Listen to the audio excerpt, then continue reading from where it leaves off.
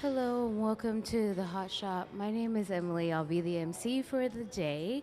And this week we have Danielle Brensinger working with us as the visiting artist of the week here at Museum of Glass.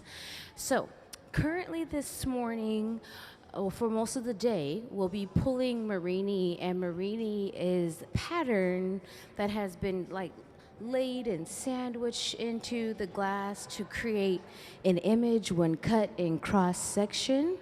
And when she creates all of these different Marini, they will be laid together. All of the patterns will be laid together to embody the essence of lace. So there's a lot of pattern that has to be created. And so far in the process, as we've started creating here in the hot shop, on the left side of the hot shop, you'll see this white bubble that Sarah's currently shaping and prepping. We have to create cups of color.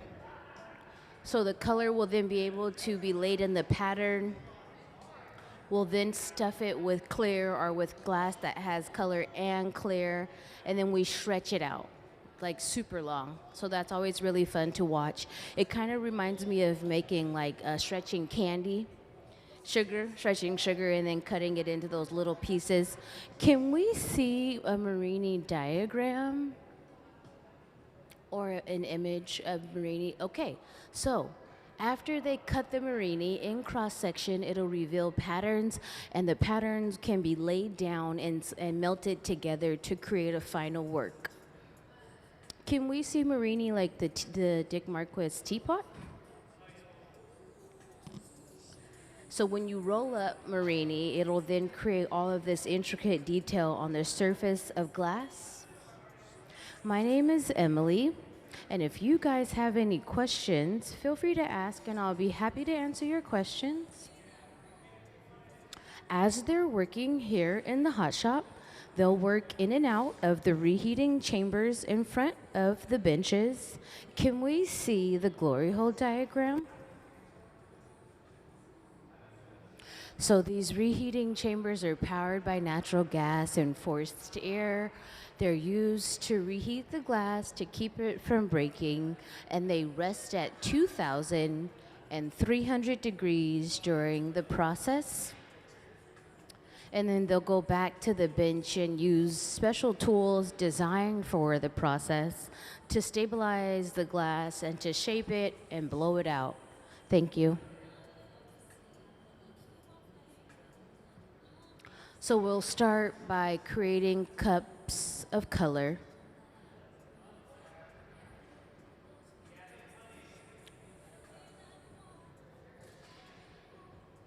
Thank you guys so much for hanging out with us here at Museum of Glass today.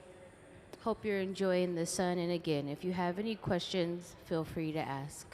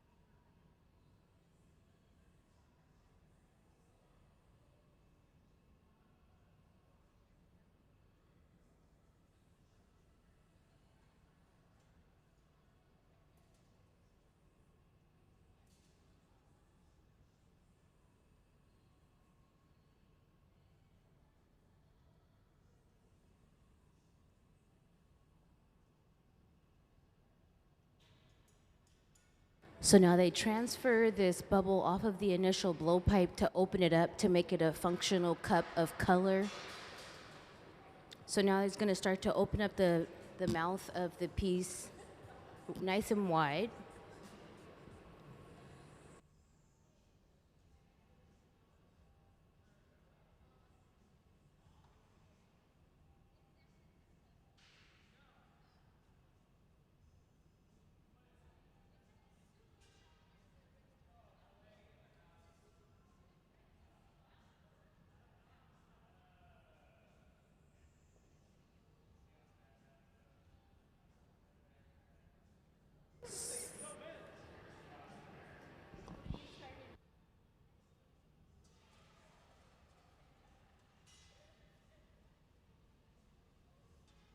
So to start the process here in the hot shop, we often will dip into the furnace. The furnace is where all the molten glass is held.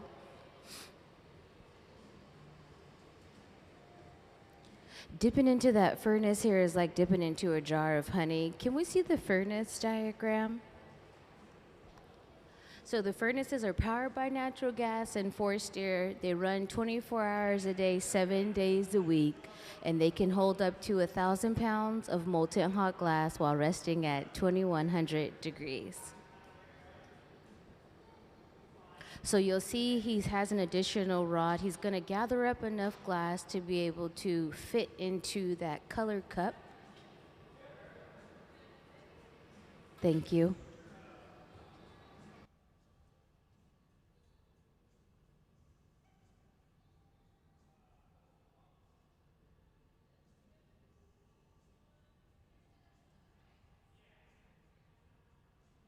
And then at the bench, he'll stabilize the glass by using this block. This block is a great tool for cooling down the glass and shaping it.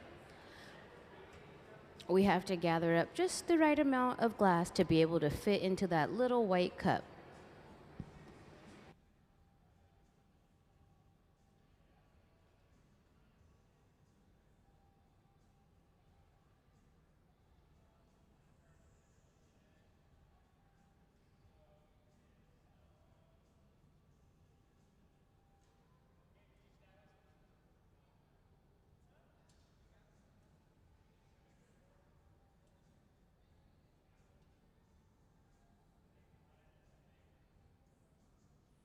That cloth-like material he's using to shape the glass is a stack of folded up newspaper that's been soaked in water. It's a great tool for, provides a great tool for intimate shaping of the glass.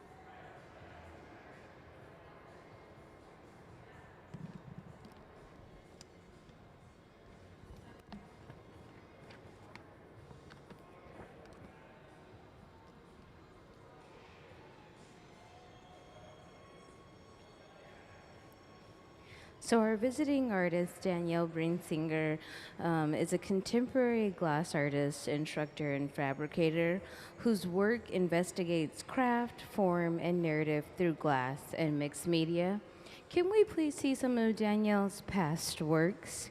She earned her BFA in glass from Tyler School of Art at University in 2012 and completed her MFA at California State University San Bernardino in 2023. Her work traces the rhythms of gestures of making, drawing on pattern of labor and care that echo across generations. Through glass, she explores repetition, variation, and the subtle language of process, revealing the connection between material, maker, and memory.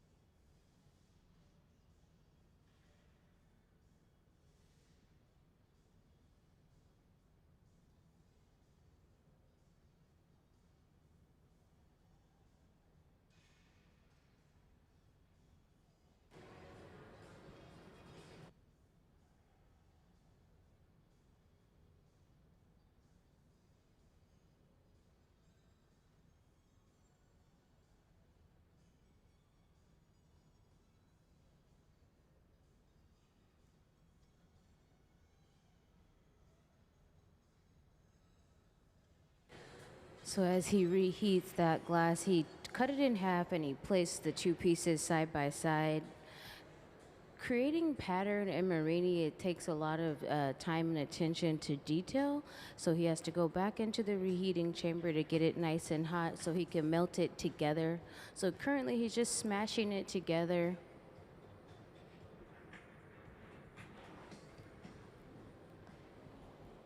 Creating Marini the right way, it takes a good team of people, so it's great that Danielle is here and she's exploring this process with the Hot Shop team because she'll have a lot of help with bringing the vision of the pattern to life.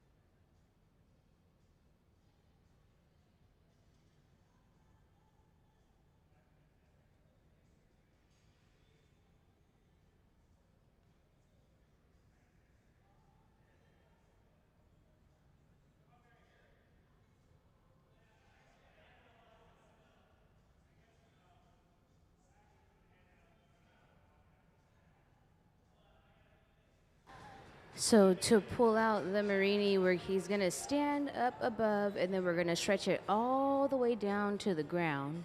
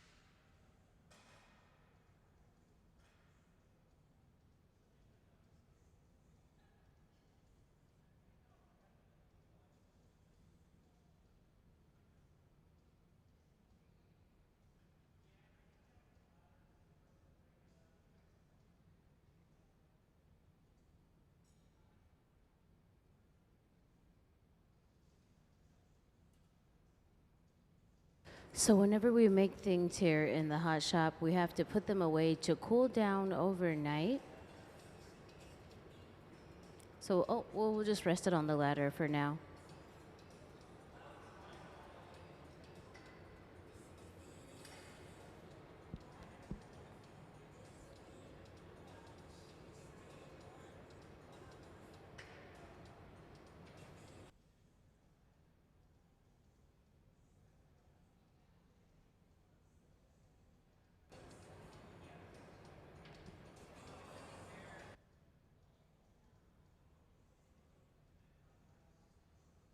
If you all are ever interested in what's happening here in the hot shop, we live stream the process Wednesday through Sunday from 10 to 5 p.m.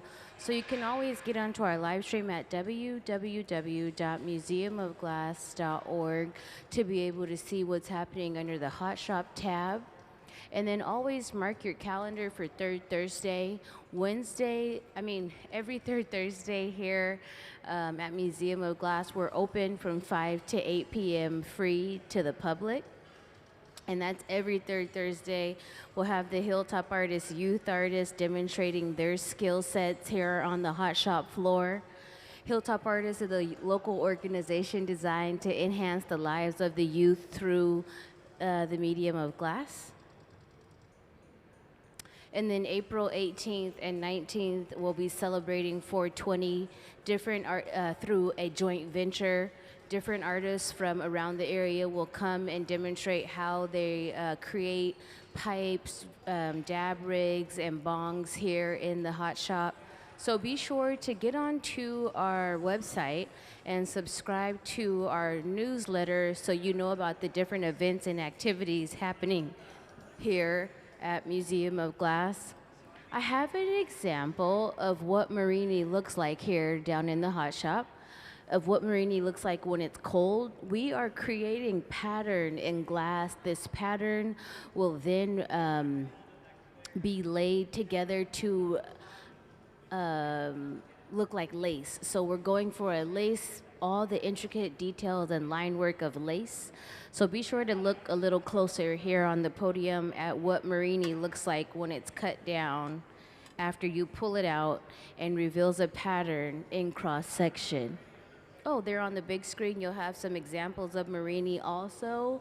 When Marini's laid down onto a platter, it's reheated, and then you can shape it into a final form. Can we see the teapot also? So as you can see there, after creating all of this utterly compact pattern, you can create items here in the hot shop.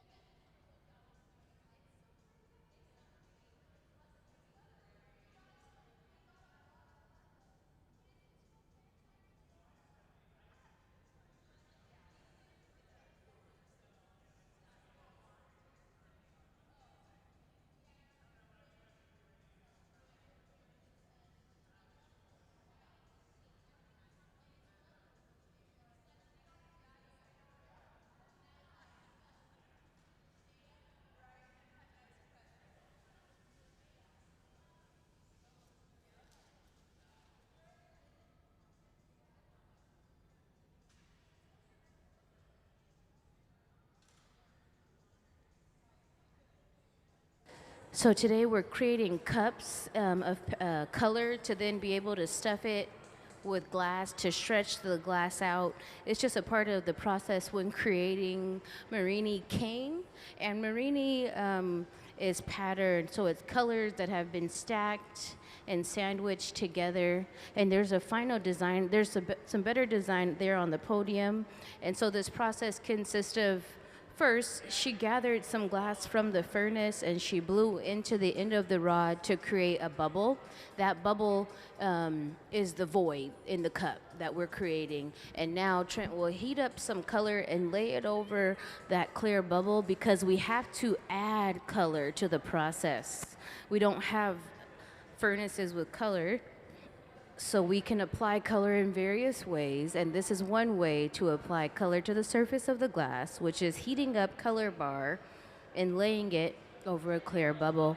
They will then blow this bubble out and then stuff the bubble with solid glass, shape it to the desired form, and then pull it out. And when you cut it into cross section, you'll be able to see the pattern.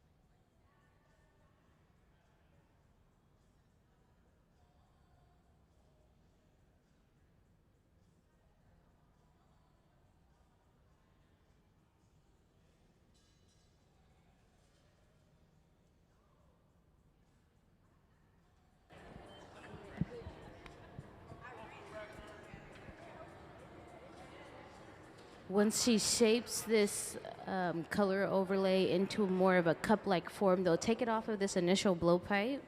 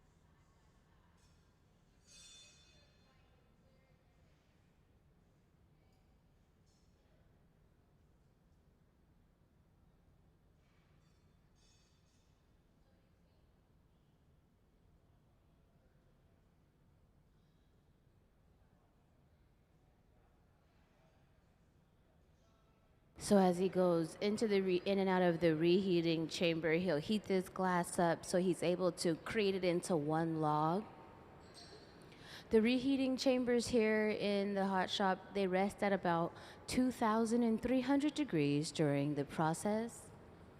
My name's Emily, and if you guys have any questions, feel free to ask. Our visiting artist here in the hot shop is Danielle Brensinger. Danielle is a contemporary glass artist, instructor, and fabricator whose work investigates craft, form, and narrative through glass and mixed media. She's our visiting artist for the week, and if you're interested in learning more about Danielle, she'll have an artist talk on Sunday from 1 to 2 p.m.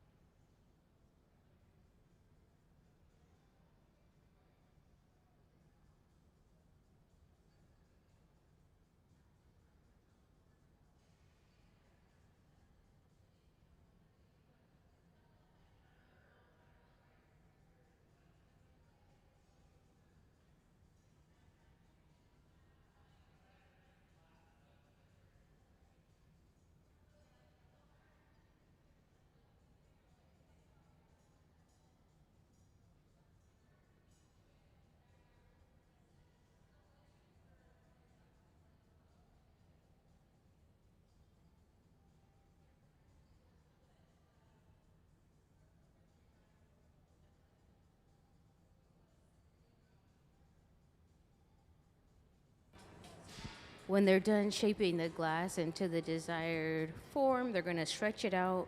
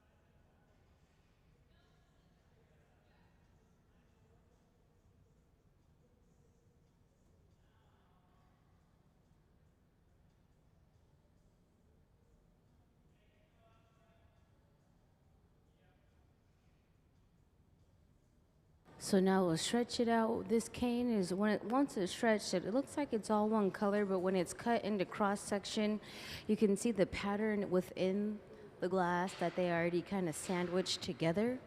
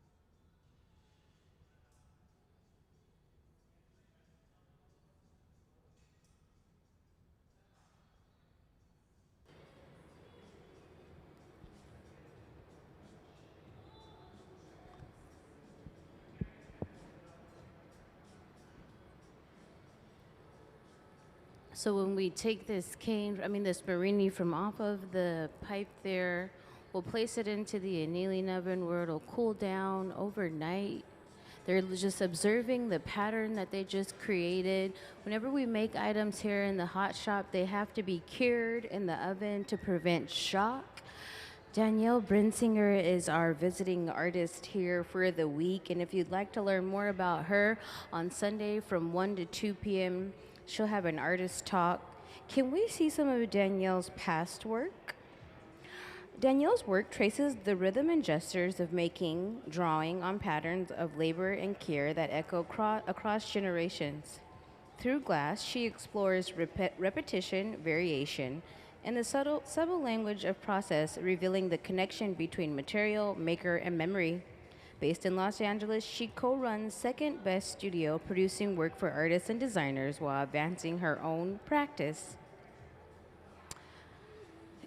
Today, as they create pattern here in the hot shop, which is the pieces of glass here on the podium, all of these lines will then be laid together, and what she's going for is the line work of lace.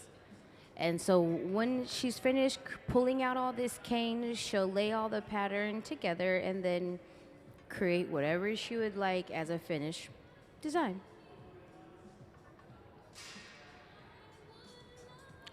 So to create the color within the lines of the Marini, we have to heat up color bar. Color bar is here on the right side of the hot shop. Sarah's heating it in the reheating chamber. We're using this really cool color. When it's warm, it looks white.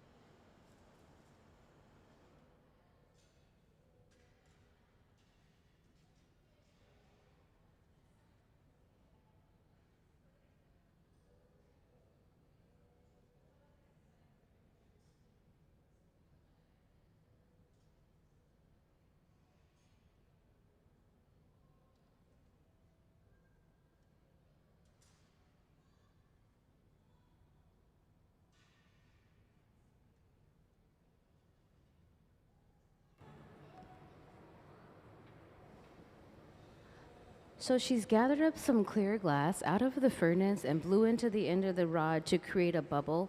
We're going to lay colored glass over this clear glass bubble to create a cup of color. Can we see the furnace diagram? The furnaces here in the hot shop are powered by natural gas and forced air. They run 24 hours a day, 7 days a week, and they hold up to 1,000 pounds of molten glass while resting at 2,100 degrees. We have to add color into the process. Thank you. We have to add color into the process because all of the glass within the furnace is clear. So can we put the camera back on the middle bench so we can see how the color overlay is performed? This process will change the surface color of the glass to be, it looks white, so it's not when it cools down, but it'll be this really pretty solid finish here where they're pulling out cane. This cane has, Marini. This Marini has a pattern within it. Can we see the, oh, did they already do the, oh, wait. How you doing?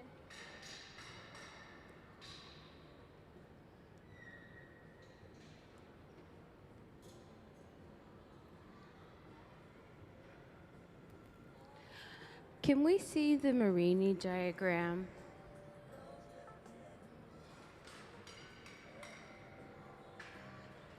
So Marini is the term for how to create pattern in glass. You stack a bunch of colors together, and then when you stretch them out, they become like cane, like they just put away. And then when you cut it in cross section, it'll reveal the pattern. Kind of like a roll of cookies you get during the holiday time, and when you cut it, you see all the little snowmen. Yeah, it's like a log of pattern with color. Danielle Brensinger is our visiting artist for the week, and it's great that she's here to have help to create all of this pattern glass because it takes a lot of work and it takes a lot of people to be able to create just one log of pattern. So now as she stretches this this color overlay all the way back towards the end of the rod, when she's ready, she'll blow it out. And then we're gonna stuff solid glass into this color cup. And then we're gonna stretch it out.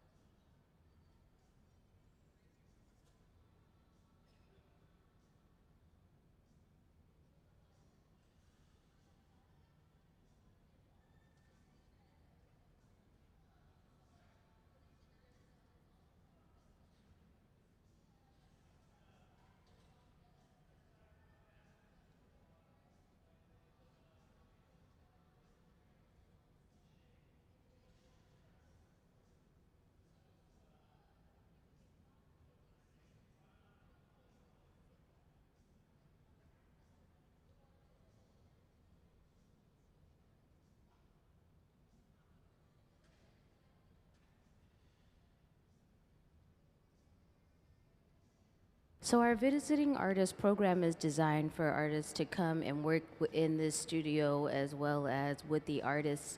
The core of the artists that work here in the hot shop collectively have more than 100 of years of experience, and so they're able to streamline your process, do it right the first or the second time, which when you're working alone and you don't really know which steps to take properly, you will toil with this material and it'll challenge you for days on end if you don't know exactly how to do it, because it's a very intricate process. And so we're at the point in the process where Sarah's continued to create this color cup. She has carved into the material to be able to take it off of the end of this rod so it can open up. So then we'll have access to the bubble. That void is where they will fill with a solid bit of glass. As she goes in and out of the reheating chamber, this chamber rests at about 2,300 degrees during the process. And that is to keep the glass nice and hot so we can shape it at the bench, continue to blow it out to the desired size as well.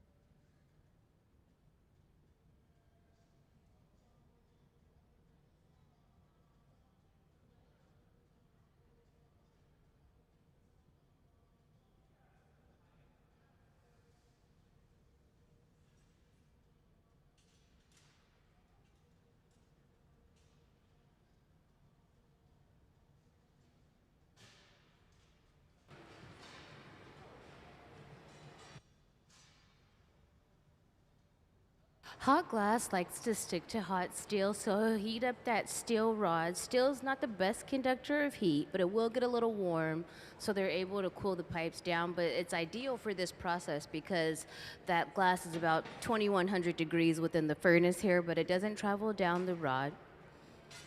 As he rotates that rod in the furnace, that glass is, it contains a certain level of viscosity, which allows it to adhere to itself. When he comes out, it looks orange because it's hot, but it's clear when it cools down. Still.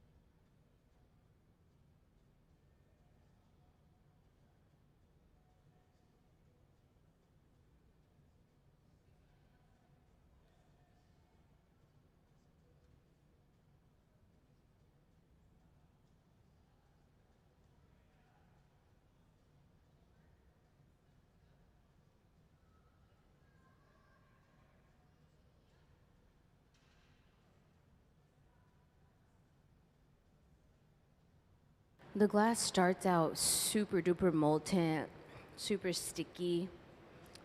And then when we come into this cold environment, it chills. So it's crystallizing and quenching, like, sticking to itself.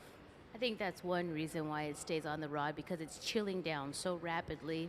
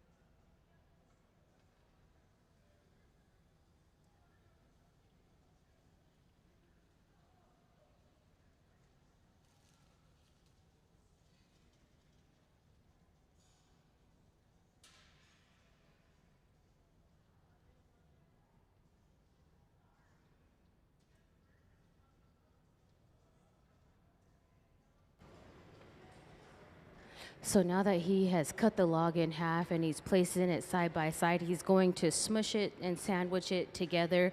And so when it's cut open, you'll have two, basically two ovals side by side to create, well, kind of like a, well, yeah, to create like a, how do I put this? An oval with a line down the middle. So that's the design that they're going for currently. After all of these pieces are created with all the line work, the final piece will then be laid out with line work like lace. That's the goal.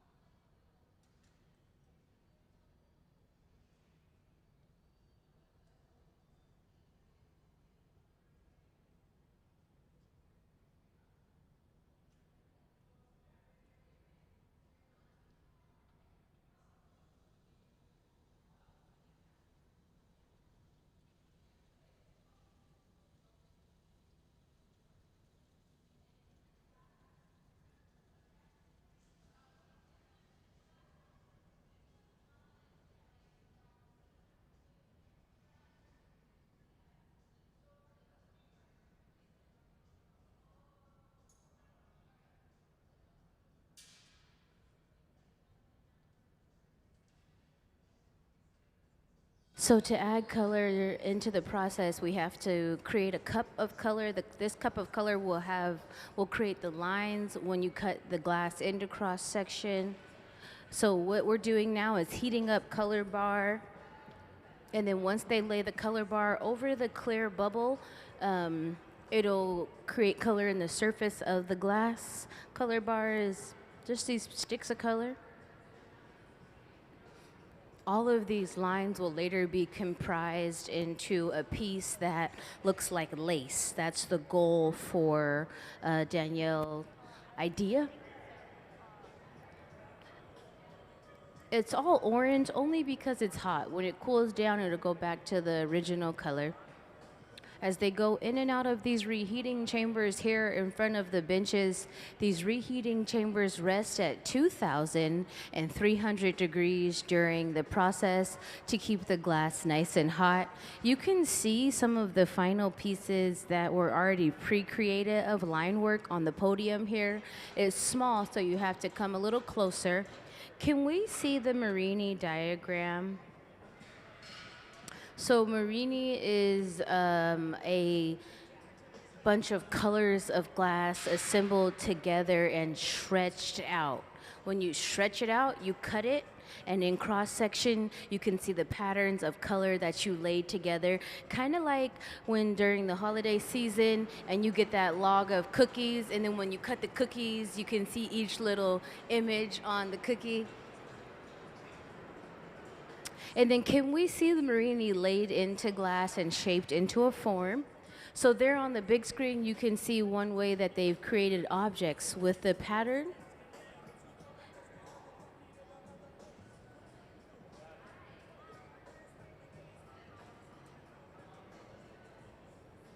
Thank you.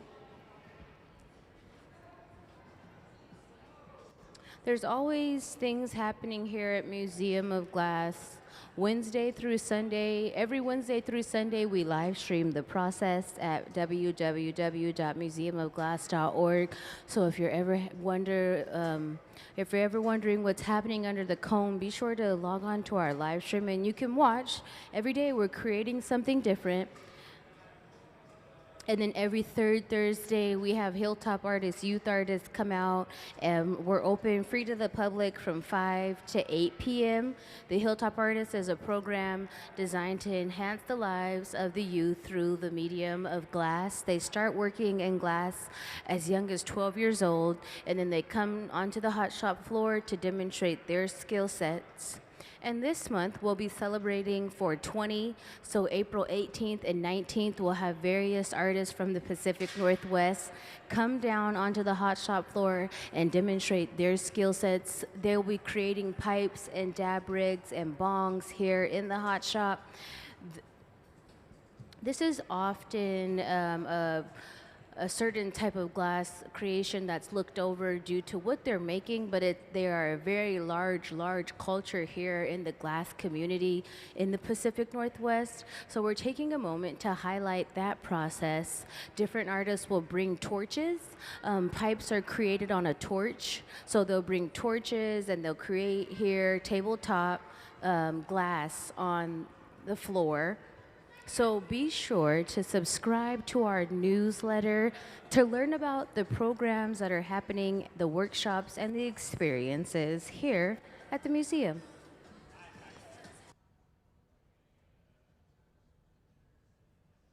Get a biscuit.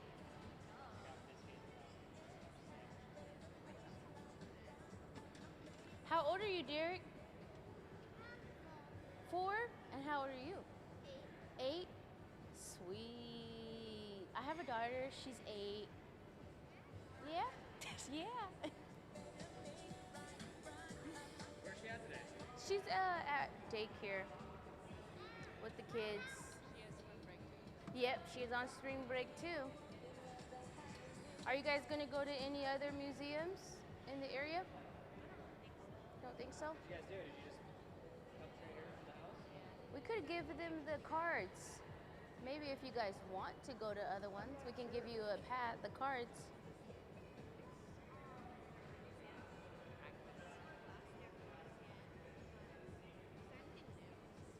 I haven't been there.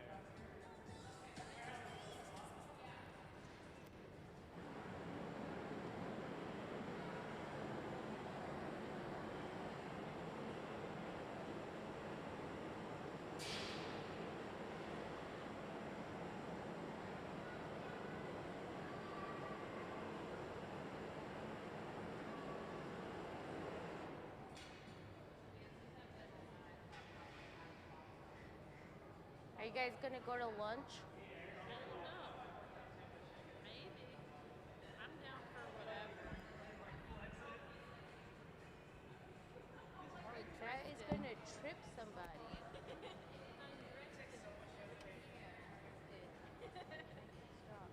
Stop.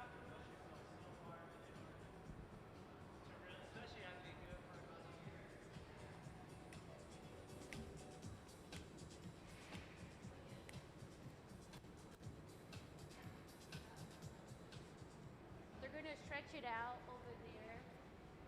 It's like pulling candy, like sugar. How you guys doing today? Very well. How are you? I'm well, thanks. Are you guys enjoying your spring break? Are you guys not? Are you guys from here? No, we're not from here, so we don't have spring break. We're from Italy. Oh, sweet. Can I come back with you guys? If you want to. You can kidnap me. No, I'm just joking. It's a joke. What part of Italy are you guys from? North of Italy, near Milan. Milan. Yeah. Yeah, and you visit. What brings you all the way here? This boy here. Yeah, I've been here since August for school.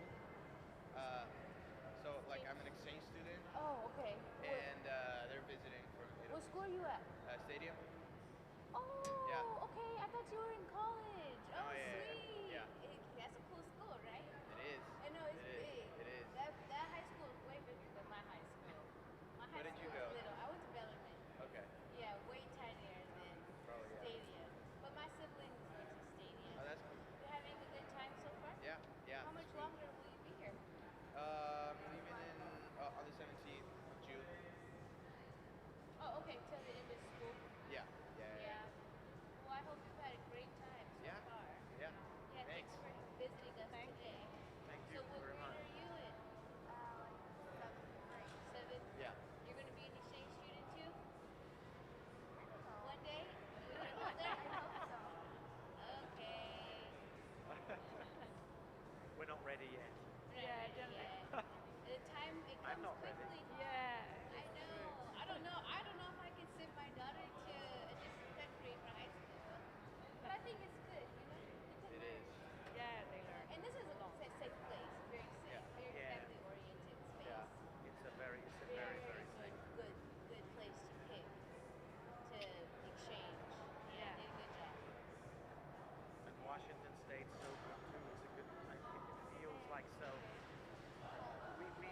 We only visited big cities like New York, Yeah. and it's so different. Of course, there's very. This feels more like America in a way. Yeah, it's a hometown state. It's Yeah. a suburban hometown. You might see it in the movies, but Yeah. everywhere Yeah. else is such a metropolitan, jam-packed place, so they move a lot faster. Yeah. I'd never send my kid to New York for exchange school. Like in a way, Different. we're not like really city people ourselves. Yeah. We're used to living in the countryside, so Yeah. this whole area feels more like us. Yeah. It's similar to Yeah. the movies, I guess, too, right? Like if you Yeah, say yeah. like Yeah, yeah, America, yeah. similar to the Makes sense. movies. Very suburban. Seattle is more congested, more people, a little faster, but Tacoma's nice.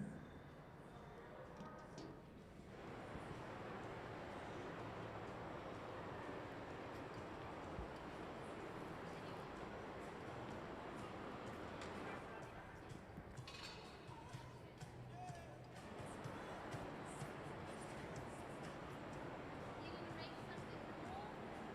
Ready?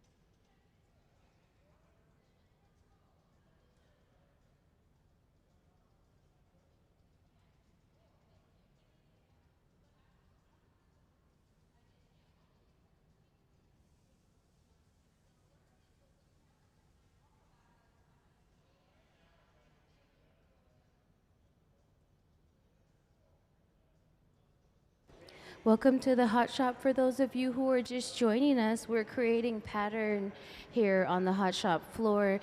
Danielle Brensinger is our visiting artist for the week. On the left side of the Hot Shop here, they're just shaping the pattern. It looks like a log, but inside of this log, they have stuffed clear glass. It'll be similar in cross section when cut. You'll be able to have two sides of, or you'll have an outside of like an almond shaped perimeter of white, and then it'll have a white line down the middle. To create pattern, it is a very intricate process. So what you'll see them is they're shaping the glass, and then when they stretch it out and cut it in cross section, you'll be able to see the pattern that they're shaping right now.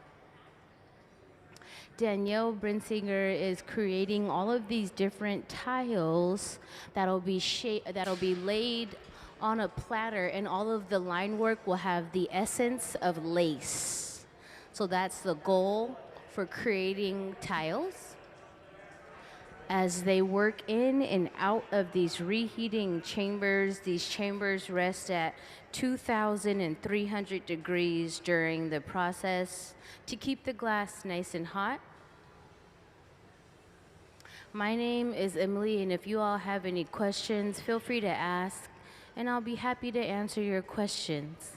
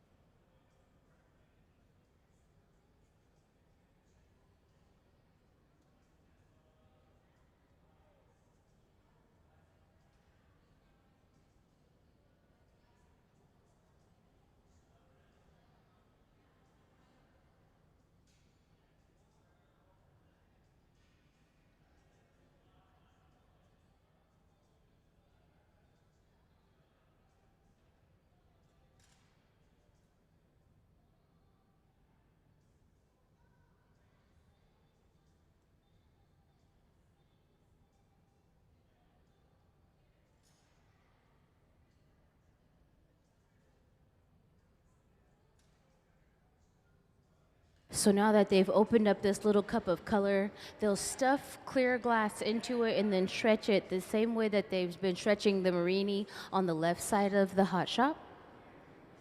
So for my youth visitors in the audience today, I've told you guys individually about the Kids Design Glass program.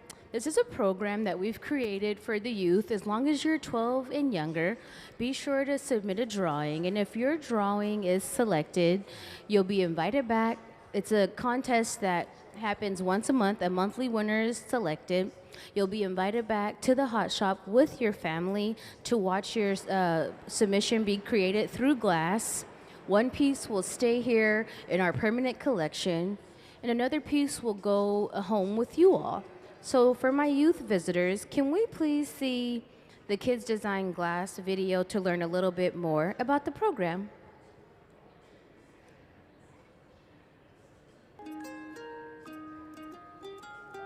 Like art through the ages, glass has always been sort of made by designer and maker. And so to highlight that relationship, we created Kids Design Glass, where kids age 12 and under can make a drawing and submit it to us. We'll make two pieces, give one to the family, and we'll keep one to put in our collection and build the exhibition that has been Kids Design Glass. We get a huge stack of drawings and we sift through them to pick the ones that we can make and the ones that are interesting. 200-300 drawings a month, so we get a stack of drawings. We go through each one. It's a drawing and a story about the drawing. Probably the most unique drawings are the ones that really stick out. The ones that aren't like based on a character that they've already seen. The ones that come straight from their imagination. Usually kids by that age, they're not really tainted by like pop culture and outside influences. They kind of like what they like. My original idea for the rainbow marshmallow, when the marshmallow melts, what comes out are their tears. And this one cries rainbows. Like in the inside, it's all rainbow. It was the first time that I was like kind of made contact into like the glass blowing world. And what was really fun about it was knowing that a piece that I've come up with that is like part of my self-expression was like interesting enough for others to like incorporate it into the real world. Being in a creative environment, I think that builds self-esteem, and the fact that they're going to have this thing that they're going to have the rest of their lives of something that they had as a child, and then knowing that they're actually like in a museum collection, which is pretty incredible when you're under 12 years old. If any other kids are entering the program, then I'd say I really hope that your art gets chosen. It is really mesmerizing to see the details being put on. I was just very happy that the Hot Shop team actually chose my art. Who knows, maybe if you're timing it just right, you could actually get up there when your art is like being displayed up there.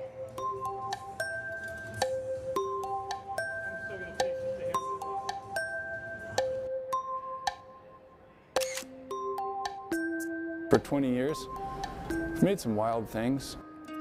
It's so free, and I would say loose, but what we really pay attention to is making sure that we're capturing all the details. There's so many challenges in making the kids' design drawings, and I think that's something that maybe the average viewer wouldn't notice. A lot of these objects are very fragile and are just different than any of the other glass I usually work on. The way the kids draw them, they just have no idea of what, glass can do, so they just draw it however their mind imagines this object. We're talking with them, making sure that we're seeing the color the same way, making sure that, the eyes are on one side or they're supposed to be on both sides. Appendages and weird helmets, they're all great challenges and things that we wouldn't necessarily run into without this program. I think it's inspiring for us as glassmakers, and I hope it's inspiring for the kids doing the drawings. I hope the kids kind of see that their creativity is this muscle that they need to exercise. One of the best parts about the program is seeing the kid in the front row giving us tips on how we can make it better or things they don't like that we're doing. They have a voice here. I designed the lion crab in 2011. Just recently, we went back to the museum, and seeing my piece on display at the museum was just incredible. I mean, we have times where people come in the crowd and some young adult, you know, in their 20s or early 30s, is like, hey, you made my kids design glass, and they bring out their phone and show us a picture, and it's them like 10 years old. And, you know, it's to see the impact that we've made. I think every single one is special. Yeah.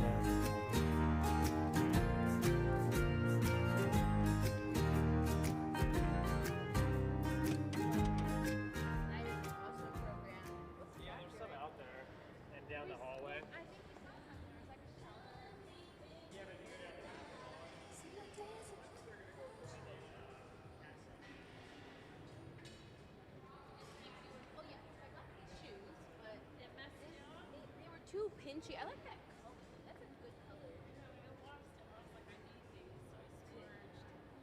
I got mine from the kids section at Nordstrom's for like Wilson. Really? Yeah, like that's the best place to look at the section. Because what size are you, like a 6, 7, 8.5? So yeah, you're a little but you're 8.5 in women. You're only like a 6.5 in boys. That is true. Which means that this is an 8. Yeah, so you're a 6 in boys. So you shop the little at Nordstrom's in kid sizes. They go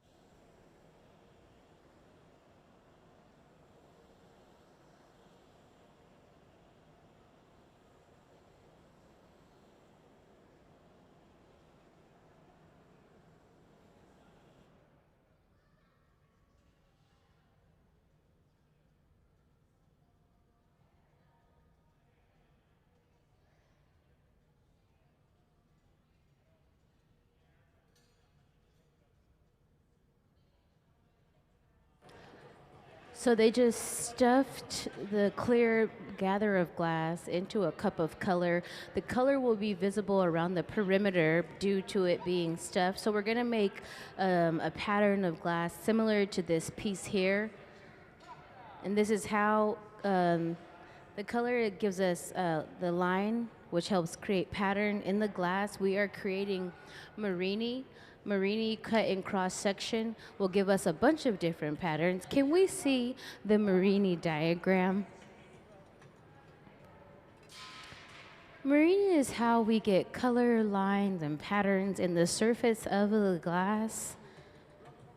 Danielle Brensinger is here with us as it's her visiting artist residency, and her goal is to create the line work of lace. And so after the line work's done, she'll then have a pattern in the surface of the glass. It's a very intricate process. Can we see Marini in the form of the Dick Marquis photo? So then if you wanted to pick the Marini up, you can pick it up in the hot shop while it gets all nice and hot and melted together, and you can create forms.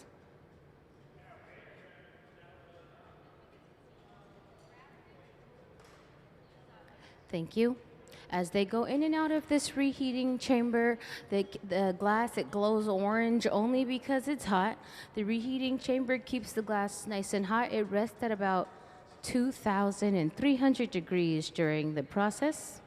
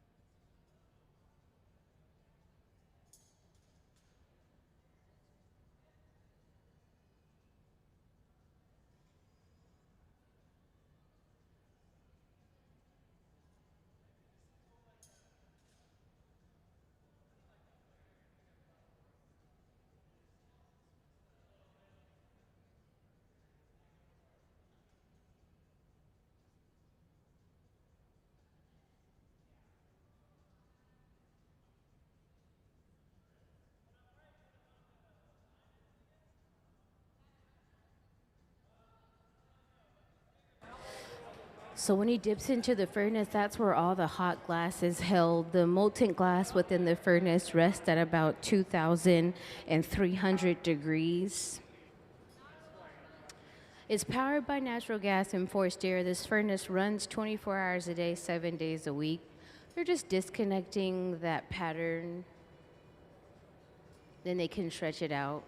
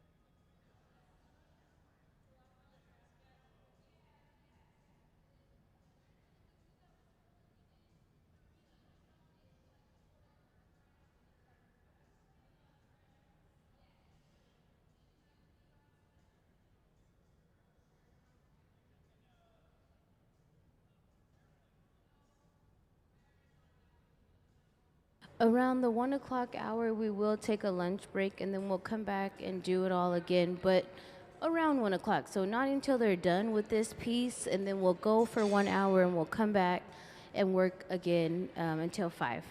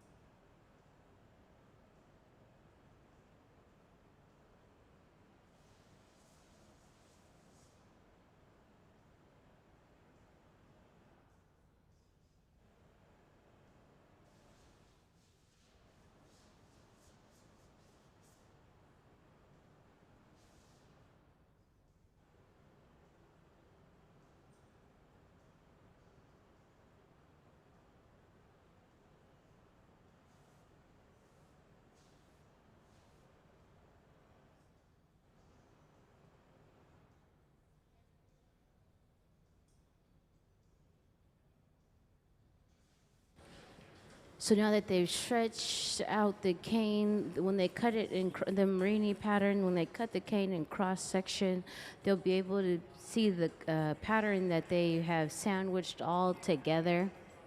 After this piece of Marini, we will take a lunch break for about 1 hour and then come back and do it all again. All right, let's give Danielle Brensinger and the Hot Shop team a big round of applause. Clap it up. And then we will take a break for about 1 hour and we'll come back and do it all again in just a few. Thank you guys so much for hanging out with us here in the Hot Shop today. I hope you're having a happy Wednesday, and we'll see you all soon.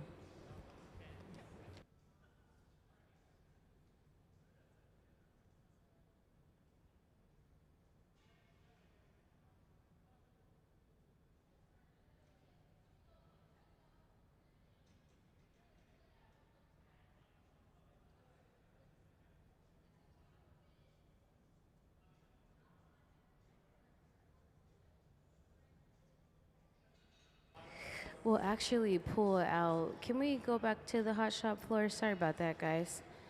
We'll actually continue to pull out some more cane. This Marini is pulled out slowly after being stacked up. So Marini is the process of creating patterns. And then when you cut it down, you can see the pattern in cross section. Danielle Brensinger is working with us as the visiting artist this week. You can learn more about her at Danielle Brensinger online, as well as at daniellebrensinger.com if you'd like to see some more of her works. We're just going to stretch it one more time so we have some more pattern. The reason why she's creating pattern is to create a lace design through glass. When all the line work is done, she'll assemble it all in the essence of lace.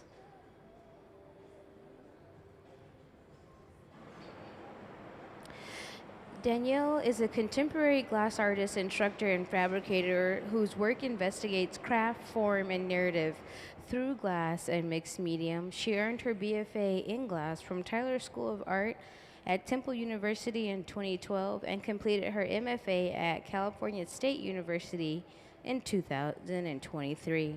Her work traces the rhythms and gestures of making, drawing on patterns of labor and care that echo across generations.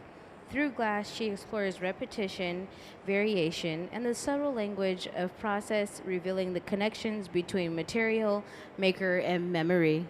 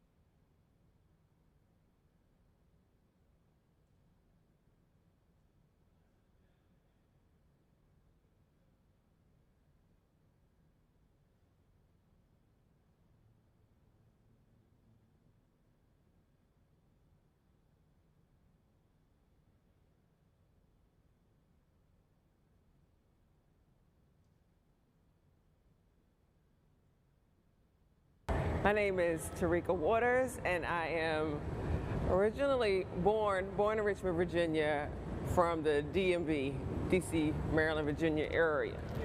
I am making a windshield for my rocket ship. So I have a solo exhibition coming up at the Seattle Art Museum. It opens May 7th, and one of the featured pieces is a giant powder pink colored rocket ship. I've been working on a series of ball barrettes over the years, some various mediums. My recent series, they were all done in glass. So the task here is to create a windshield for this rocket ship that kind of favors and lends to some of the those rounded organic shapes that are heavily featured in the exhibition. These ball barrettes have significant meaning. This rocket ship houses two pairs on either side, and so the windshield will essentially be an amalgamation of a spherical element, similar to like if you would blow bubbles at the end of that wand, where those bubble clusters just kind of come out and just fall alongside the wand, just kind of going for an organic shape. When I found out that I was going to be doing a solo exhibition at SAM, they wanted to give me enough time. I create immersive installations, so that requires a lot of planning and building out and that sort of thing. But when the year was 2025, that meant a lot of things. So I just knew that, hey, we're here, 2025. The exhibition is called Venus is Missing, and it's rooted back in my early childhood days in Richmond, Virginia, and it's focused on a specific time. I'm an 80s baby. I was born right at the height of the 80s, where the times looked a lot different than they do now. Not by much, but that was the onset of a lot of consumerism and just vibrant, saturated colors, a lot of distractions, television, just pop culture all around. For me, I like to draw from these elements that are symbolic of that time, symbolic of my childhood, that are, they are ubiquitous, but because they fit particularly into my narrative, then I can kind of bend and shape what that story looks like specifically for me and people who look like me. And so the ball barrettes have been a really great kind of anchor point in that I'm able to tell various stories with just that one specific object. And thinking about my 6-year-old self sitting on the carpet, we only had 3 channels. We couldn't afford cable. That was fancy. People don't even know what I'm talking about when I talk about cable. But just that space of play and imagination when you're surrounded by a lot of adult things where you just don't understand all of what's happening, why all these things are happening, and you're self-soothing, So with the show at SAM, I'm finally able to budget for a team of folks that can come in and help. When this residency came up, this was like, this is perfect, because I can then have that extension of the series that I was working with at my solo exhibition a couple of years ago that featured those glass ball barrettes at the Museum of Museums, and then kind of keep that story going. I think after SAM, this might put the cap on the ball barrette series. Like, I'm just trying to complete this circle, no pun intended. Everything is, I feel like Sesame Street, brought to you by a circle. Yeah. My name is Corey Pemberton, and I'm from Los Angeles, California. I'm a painter and a glass blower. I dabble in textiles, and I run a nonprofit. This week at the Museum of Glass, I am working to translate some quilt patterns that I've been studying into glass Marini patterns, making some intricate sort of tiles that will eventually adorn the surface of some vessels. This whole interest started when I was gifted a book called Sweetgrass by Sonia Clark, who was the department head at Virginia Commonwealth University, where I was going going to school, and it was about those sweetgrass baskets. She knew that I was looking at them and was vaguely interested, and that act of her giving me that book or turning me on to that text felt in a way like I was being given permission to investigate my African roots. And I am of mixed race, and so sometimes I felt a little bit like it wasn't my place to investigate that sort of work or those sorts of interests in my work. And ever since then, I've had this interest in celebrating the makers who came before me in my lineage, potentially, and sort of inventing a history. The one pattern that we've been focusing on a lot the last few days is the log cabin quilt block. So on the Underground Railroad, there was this block that if you saw it on a quilt that was, say, hanging from a clothesline or on the outside of a barn or a home, you knew that that was a place that would be safe for you to stop and rest on your journey to freedom. And so I'm looking at that particular pattern and seeing how many different variations I can get by switching up the colors and the rotation of the Marini tiles.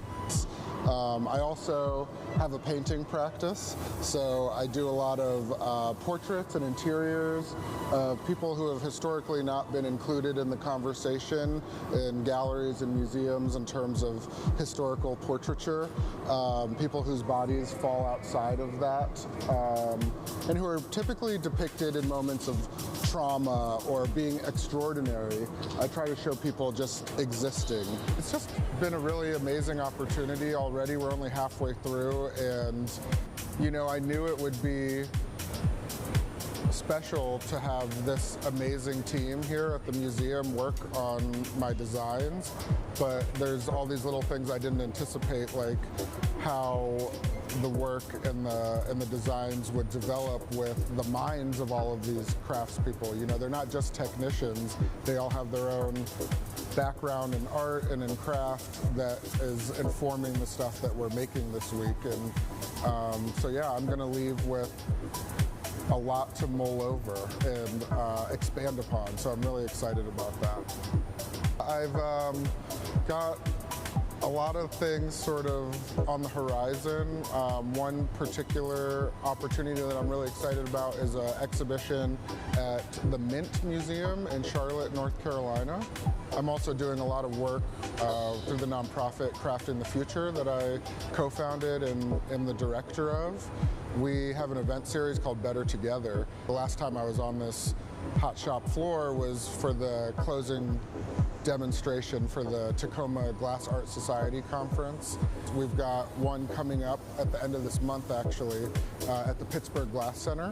So getting ready for that, really excited. We'll have a team of black and brown craftspeople coming from across the country to celebrate one another and invite the public in to learn about glassmaking through our lens.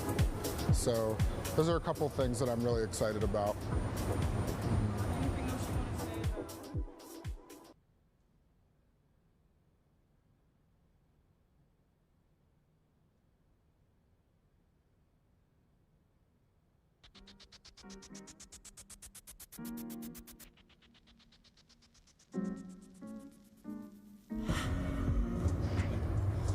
Well, thank you guys all for being here and being such an integral part of my career.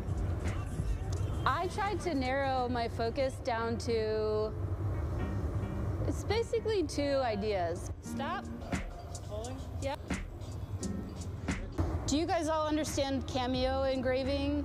So I'm cutting through layers of color to make an image. The more white glass that I remove, the darker the shading. It's a black cylinder with a white sheet on it, and the imagery all comes from photo booth pictures.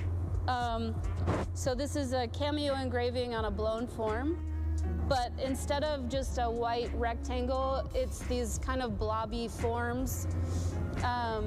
Where the white sheet glass is will still be cameo engraved, but in between there'll be a line drawing to continue the image. So it's an interrupted image. I've been trying to figure out how to explain this to everyone in a way that makes sense, but you all might just have to see it when I'm done. Yeah, I actually went to college for 2 years for animation before I got into glass.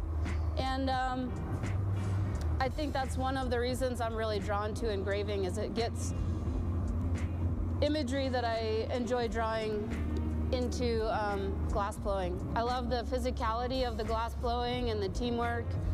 And then I love going home and sitting by myself for hours.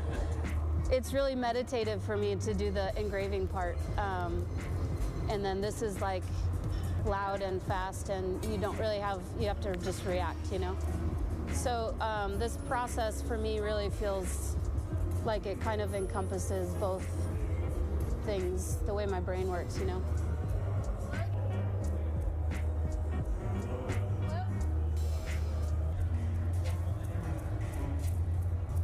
A little blowing.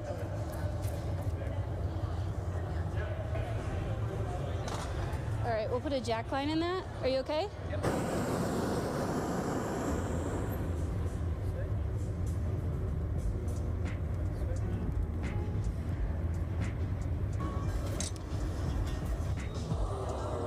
Yeah, I just want to blow it up now, Nick. Okay. How do you feel? Good. Okay. A little bit of heavy thing? Yeah, do you want torching or anything?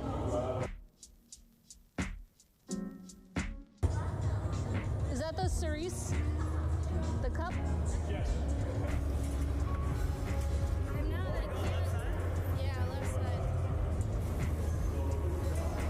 Can you do one more? Yeah, I got it. Take.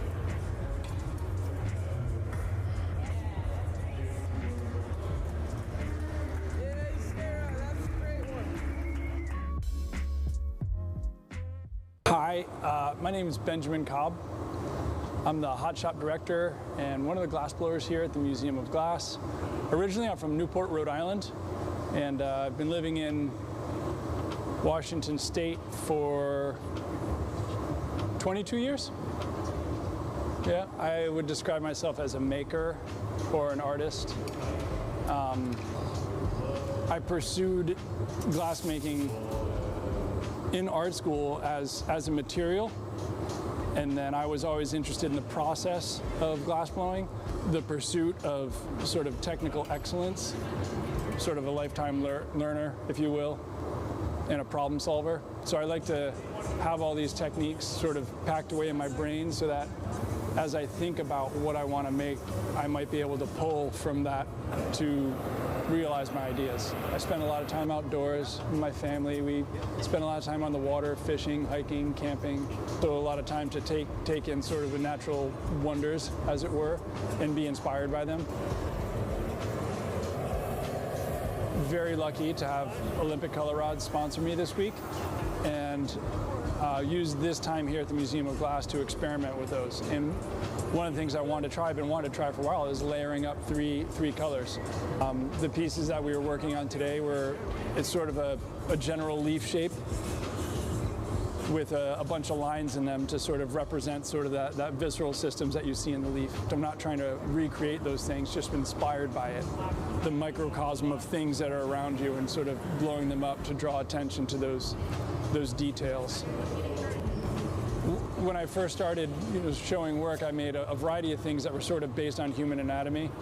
So I came up with this idea. I started making these forms that were sort of these abstract stomachs. They're very slick, modern-looking pieces. When I first started sort of making these, it was two colors, right? So a transparent over an opaque, and you get this hyper-saturated surface. But that would just make the interior that one opaque color, which was typically, in this case, it was blue. So I want to figure out how to add something more in there. So the interior of this thing is this bright yellow, and then there's an opaque blue, and then there's a transparent blue. That modern form is kind of stuck on a pedestal. Somebody might see it across the room and walk over to it and be like, wow, that's really cool. And they read the title card at the base of the pedestal, and you could see their sort of demeanor change when they read the word stomach. They would get like, ooh, they kind of cringed. And I don't know, that was almost more interesting to me than the actual work. I don't know if creative control is not the right word, but I have a lot of input on the creative direction of the museum. From developing the Visiting Arts program, working with curatorial closely. Having a full-time job sometimes limits your focus on your personal work. So I think over the past 22 years, this might be my third residency here. I mean, there's nothing wrong with that, but we facilitate other people's ideas. That's what we do. We facilitate other people's dreams coming true here in the hot shop. And to be able to have this 5 days to focus on my own work is awesome. It's incredible. The folks that are on the floor with me, Kristen Elliott, Gabe Feenan, Sarah Gilbert, Nick Davis. This week, also Sayuri Fukuda has come down to help. There's a few others that are coming up this weekend. I mean, it's awesome. And they're all here to help me realize my ideas. And that's so special.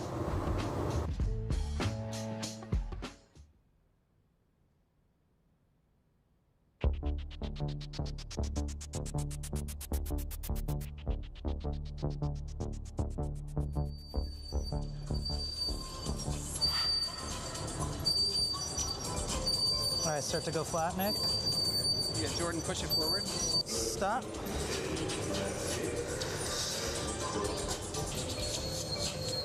Yeah, I got a little bit of an angle there. Just give it a light one. We got to sandwich it one more time. Whew, I got to put a glove on. Oh, I said it's like punnying up on the inside.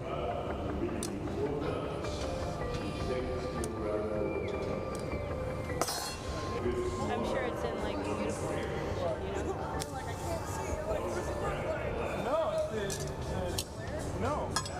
Yeah, so now we're gonna put a punny right here, Sarah.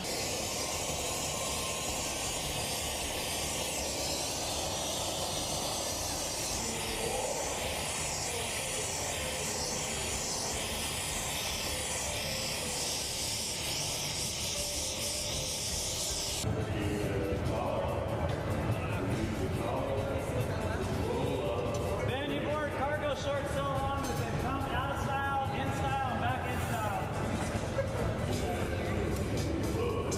Cat?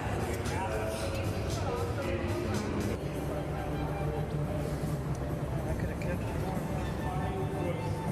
I'm gonna need some ramage. Rammy.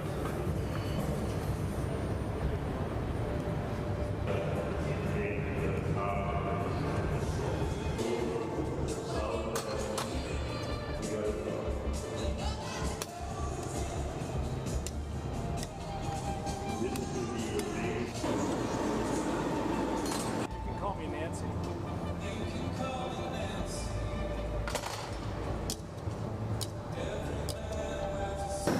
I'm just cooling it. I'm not choking it anymore. Ooh, this is leaking. Got a little air on it? It's sitting right now. Okay. You ready?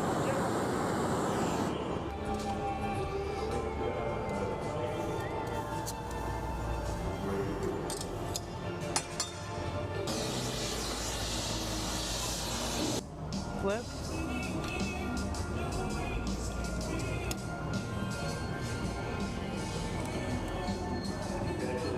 Pull, Sarah.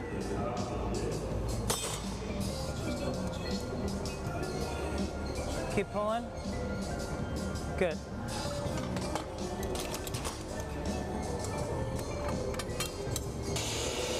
Flip.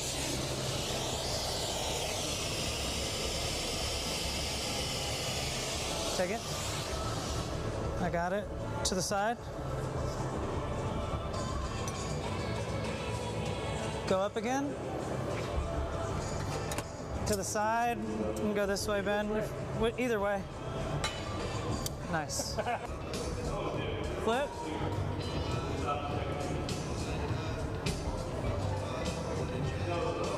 Start torching up there, Nick. Pull, Sarah. Stop. Let me get the other torch. Good. Now I'm gonna get out real quick. Hui. Come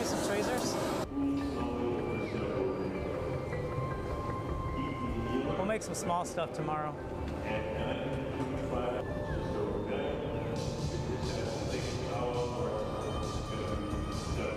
I'm okay, Nick. Let me just look at it.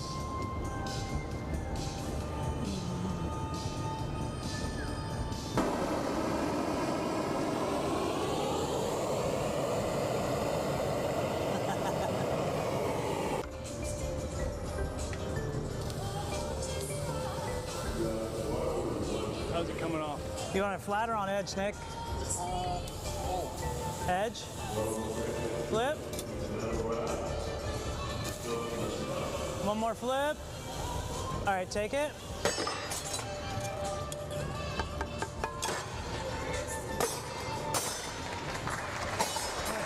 Oh, nice job, dude. Oh, I just want to watch what happens there. You got it, Nick. Perfect. That looks great. Nice job.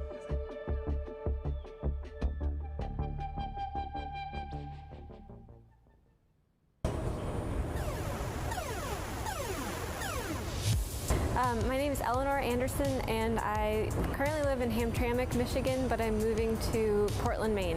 My practice is mostly grounded in textiles, but I love the process of learning other mediums and playing in other genres. So I work mostly making large-scale fabric collages, and those incorporate a variety of different textile techniques. Sometimes weaving, sometimes knitting, sometimes hand embroidery. I think a lot about the human urge to play. Compositions where I stay fully engaged in the whole process. I don't have a preconceived plan before I go into them, so they really come about in a emergent way rather than a pre-planned sort of I have a sketch or something like that. I came in with a lot of experiments that I started during the residency at Pilchuck, and then this week they're all getting a lot bigger. We're making some glass bricks or squares that I'm going to be later using in an installation. And I've also been experimenting with flame working stringer into a knot pattern, and so these are getting applied to different vessels, like some bowls and vases. I think this afternoon we're going to do a smushed cup, a bunch of cups that kind of get compressed. I think they might be, maybe they'll exist on the blocks, or maybe they'll exist on a table or in constellation with other works. But I just love that. I love that they're so vibrant. I love that they stay luminous, and they can be both matte and transparent and sandblasted or shiny, and the light reflects and they glow. It's really like a collaboration between me and the material, or me and machine. I'm Cedric Mitchell. I'm a Los Angeles-based glass artist. I think, as an artist, it's just, you have to, one, believe in yourself. And then, I spent a lot of time with perpetual practice. I come from a production background. A lot of my influences come from Editorial Sotsas and the Memphis Design Group, Nickelodeon, so childhood cartoons and old school 90s and 80s toys that came from that era. And then also playground equipment, incorporate bright and vibrant colors, and with a mixture of these black and white stripes and these crazy busy patterns. Glass was a wide open lane. When I first started blowing glass, just doing research on famous black glass artists and realizing that there weren't very many of those people. So my search results generated Deborah Moore, Thurman Statham, and Shay Rhodes. Those are my 3 reference points. And then just realizing that needs to change. So instead of looking into them, it's just becoming one myself. I was so it's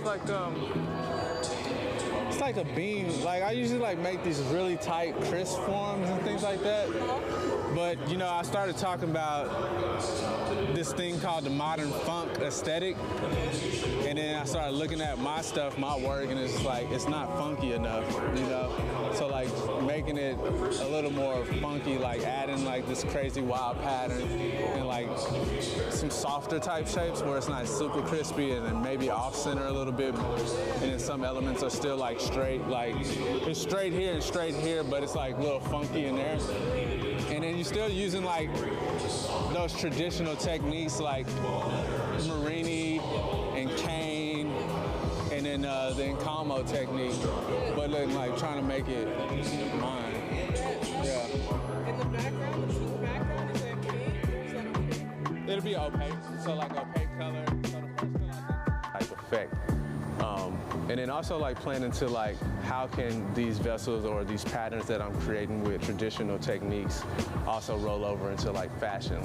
You know, fashion also plays a role as me being like a former musician or a rapper, so like being highly involved in fashion and staying in tune with those things. And then also like hip hop as well, like the graffiti art, the cheetah print came from like fashion, like back in the 90s and the 80s where that was coming about. And then also like wrestling, so like my favorite wrestlers also had like bright colors like Macho Man and then like Sting.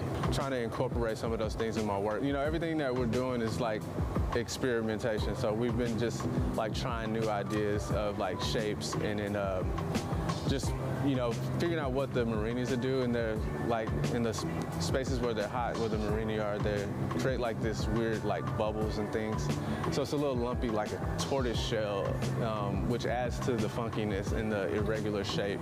And then embracing that, you know. You spend so much time chasing mastery and making these things really nice, and then you hear people say that it's too nice. So there's no uniqueness to it, or it looks like it came from IKEA. So like switching it up and then just generating, you know, a one-time thing. You know, this will not be recreated again. So all the forms that I'm making, I don't plan on making them again.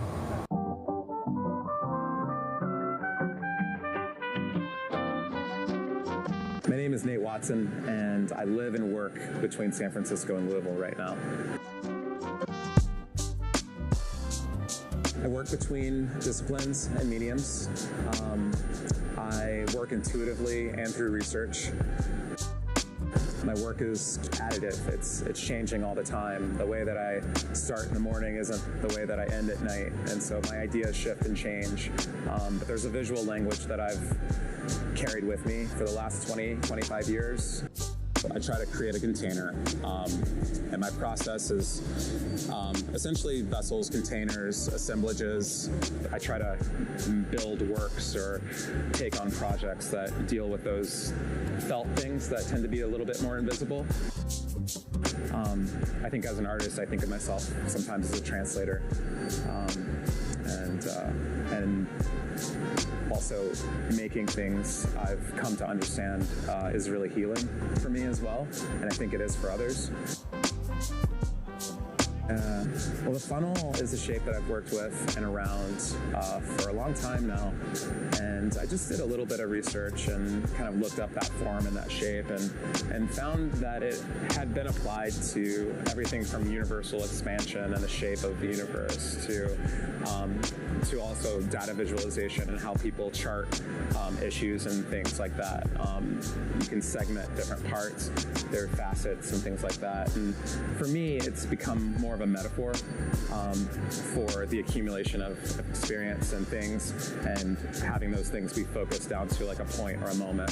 So all of the experiences, the things that everyone's done to get to that level where they can work together seamlessly, and then focus all that energy in that moment and make it happen, that is the funnel. And the funnel is actually happening. It's the team. It's a group of people making the work.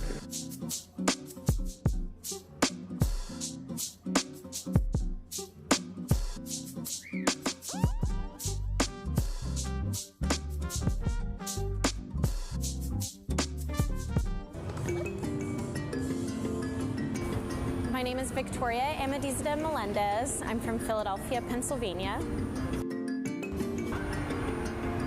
I'm an artist who works with glass, and I work with the medium in multiple different ways. Right now, I primarily work with glass in the hot shop, blowing, also neon and flame working, and then I utilize or combine these ways of working with glass depending on the idea for my piece.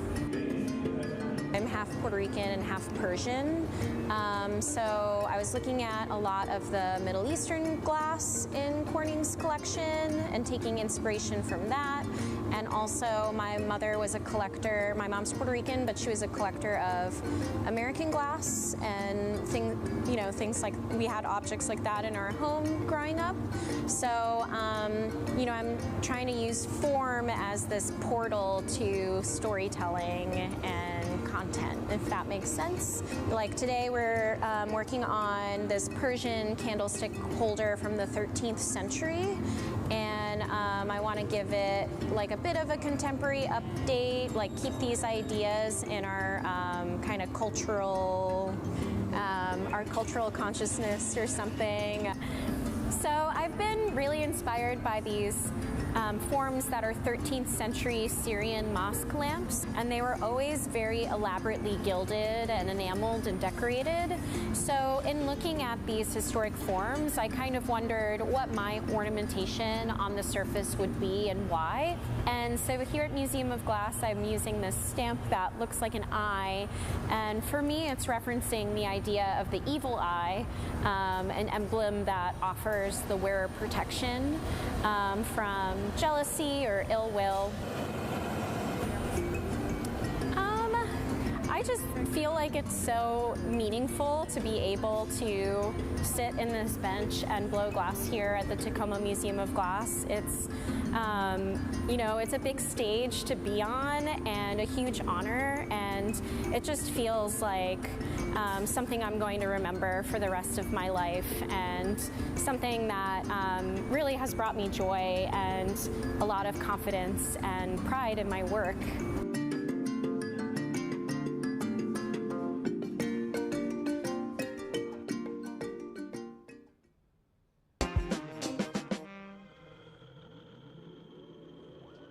I like to explore many different techniques in glass making. I feel like glass just has an endless amount of techniques to learn, and I like to sculpt glass, and I like to play with different techniques, and I like to combine different techniques too.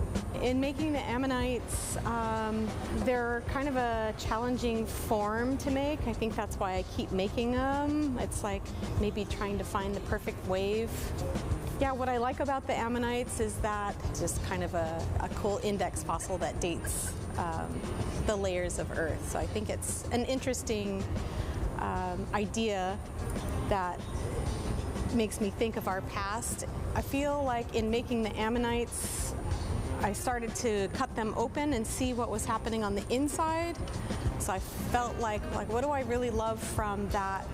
What do I really love from that? Does it really have to be an ammonite or a shell or a thing? And then I felt like, well, let's just play around with the glass and let it do its fluid thing, and make marini and do color folds and chop it up and see what that looks like on the inside. I love how you can see them turning in the shop.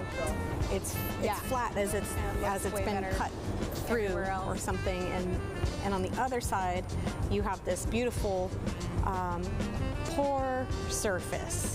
The surface of the glass hasn't really been touched, so it has this really beautiful quality of magnifying what's behind it.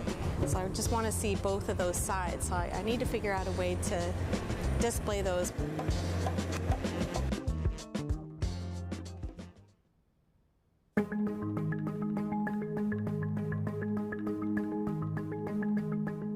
My name is Fumi Amano. I'm originally from Japan, but currently I'm living in Seattle area.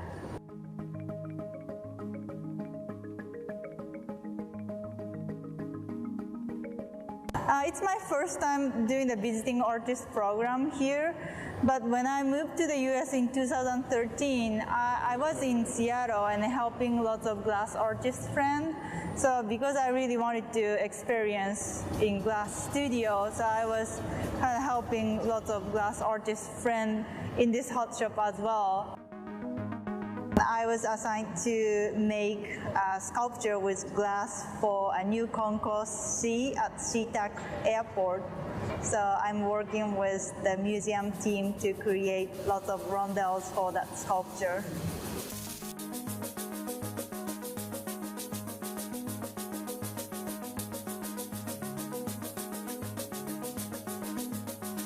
I was inspired by the nature in Pacific Northwest, especially moss. It's such a beautiful nature, so I use a lot of cans to create like a moss-looking texture on the rondelles. So it's kind of a lot of experiment in the hot shop, but I really enjoyed it.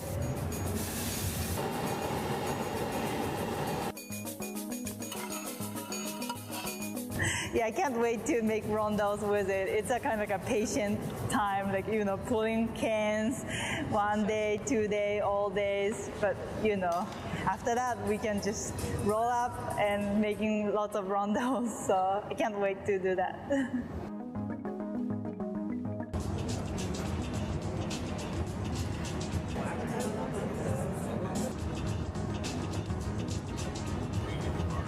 Yeah, I do use different mediums. Like I use lots of mundane objects or some like old furnitures. I use old window frames or some like bed legs or something like old recycled materials to create sculptures.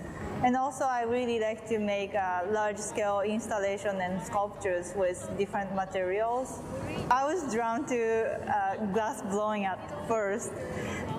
Then like I started using lots of different techniques in glass because it's such a beautiful craft material.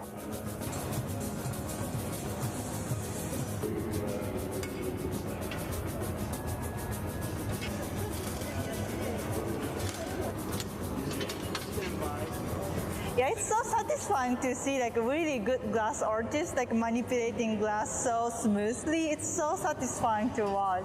So, yeah. It's gonna be a public art at the airport. The most exciting part is maybe my family could see my work when they, you know, visit me. Then they will see my piece at first. So that's I'm so excited about this project.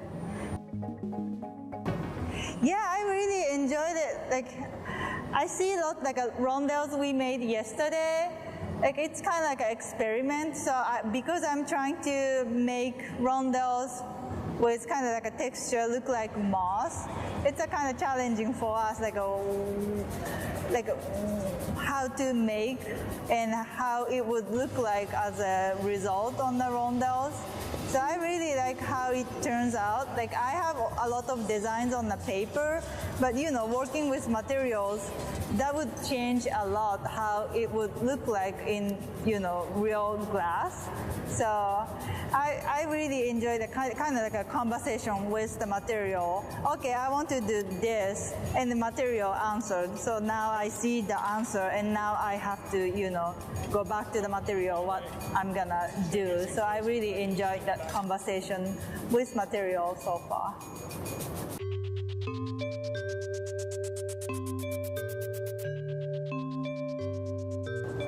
I'm Jay, and I'm from Canada. Sorry.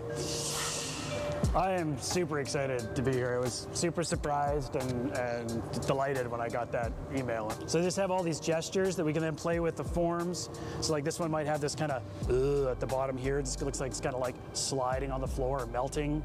And then up here, it's kind of off center. And then these will be playful up here. They don't take long to make, which is what scared me about coming here. So that's why there's a lot of double overlays. But we didn't pop the bottoms out on these ones because I'm like, okay, well, I wanted to figure out how these things go together first, and then the opening up the bottom can be another thing, which would be this time. So I've never blown into that mold, so we should probably just try it. Maybe it's like a clear one or something like that. But it looked pretty fresh. It was fresh. It was very fresh. Jason Murphy made that for me. We just want to pull tubes because I thought it would be cool if we had different thicknesses of tubes, we could cut them into sections and glue them together, so as the neon went through it, optically, they would change. Low pressure. Yeah, let's have some fun. Especially that one, which totally looks like Mars Attack.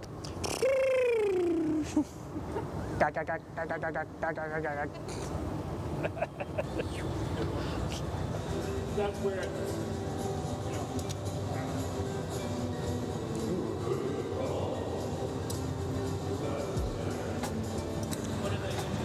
They are Bristol green and gold ruby, like K3. Yeah, and we're gonna do the long pull up up from there, like maybe tomorrow or something like that. What do you mean? We're gonna try basically pulling this out, but then just doing it from up top so it drops in, and then just bend it into a U there and try and manipulate it. Okay. We've been trying. yeah. No success? We've had some turned brown, which is an interesting color. Yeah, that's the selenium coming out of solution. When it gets heated up, basically, the different molecules of the different chemistries that are in there come out of solution, and they basically go out of phase, and that's where that milkiness comes from. So it's about how you heat your color up. When you're in there, when you drop it, heat it, when you do it, and then how you do your gather. So if you keep the whole thing clear in terms of your heat, and have it strike when it comes out there, that's when you'll get that true red. But that muddiness is just from that initial heat up. Yeah.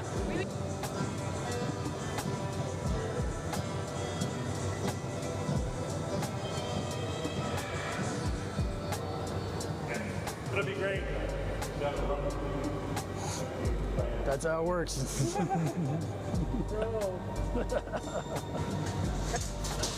might want to break this one and see what she looks like in the middle. Okay. It's your neon world. I'm just living it. It's kind of a beautiful size. I don't know. Is that way too big? Oh, like the diameter? The diameter is fine. I am worried that she It's too is thick? a little thick. Yeah, just score it.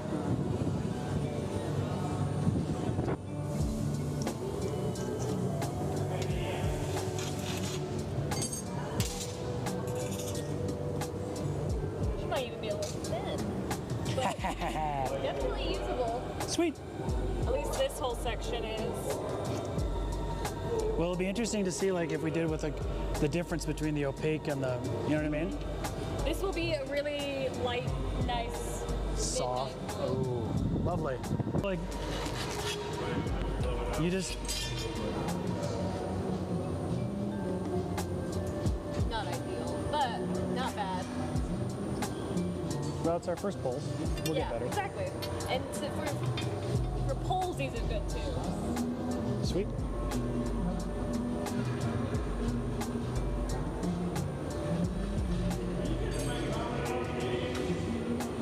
Oh, this is beautiful. Is that cool? Okay. You're just going to do one gather over? No, probably two. Like, the tube should be about that big. Yeah, 2 gathers? Okay. Yeah.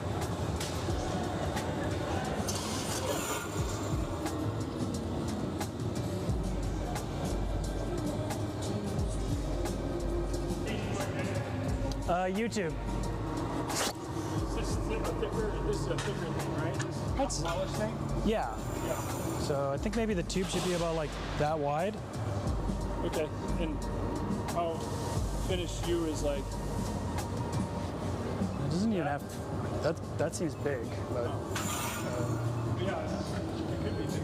It could be big, I guess. But, well, I don't know. I'm just, so 2-inch diameter. The green is denser than the pink, so. It's a good question. I think I got 2 gather.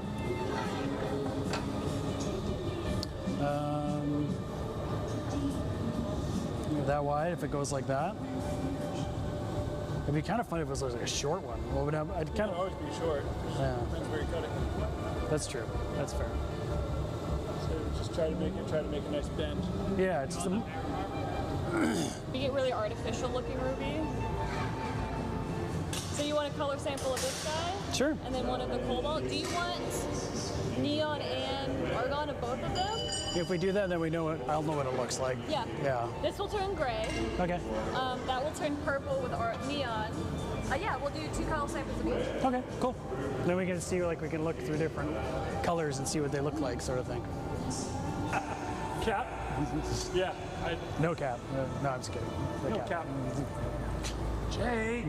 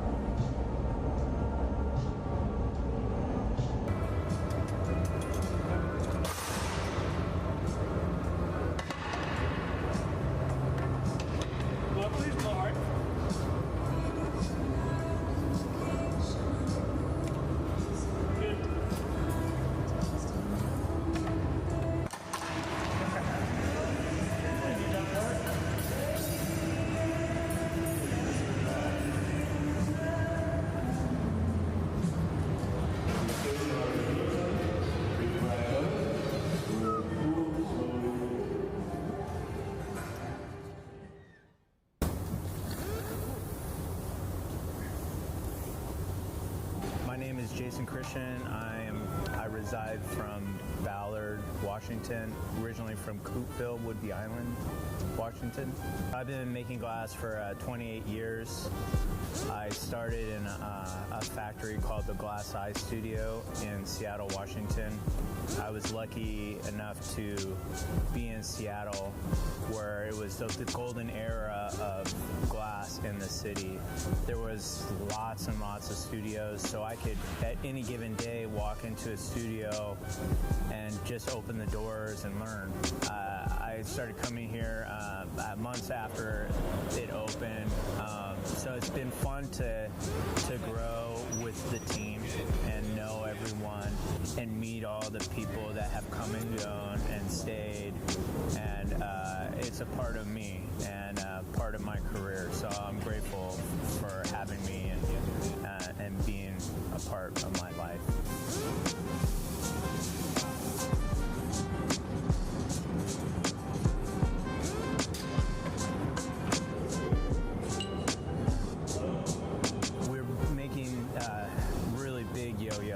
They're massive. We're pushing the scale. These are some of the biggest ones I've ever made. First of all, I love the texture of glass patterns that you make. The traditional patterns like radicello, emerletto, the filigrana patterns, and I love to be able to actually like touch those patterns and feel that. It's like a fabric. Patterns and colors, I make those all by myself.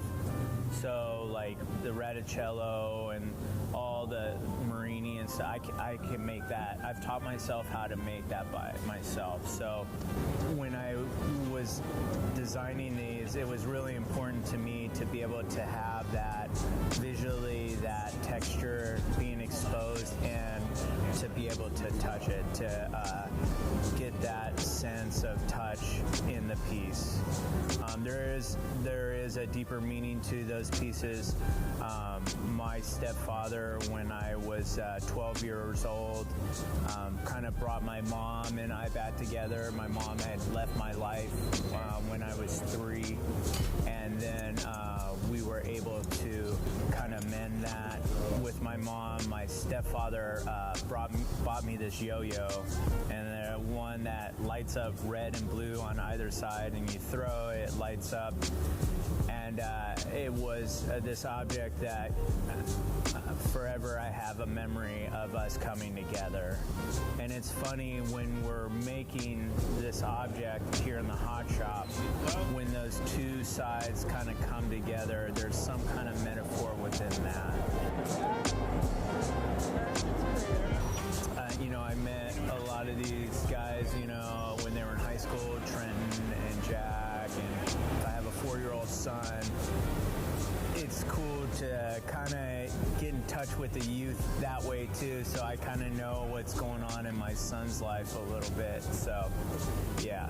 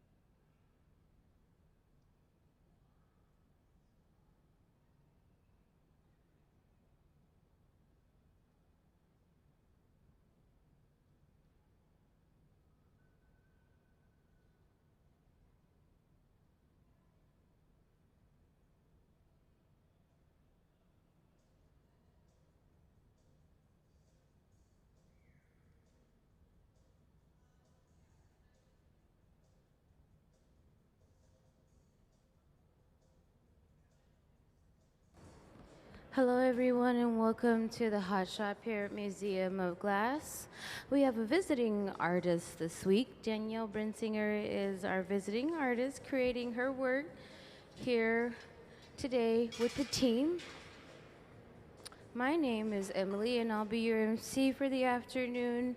Feel free to shout my name out, and I'll be happy to answer any questions you might have.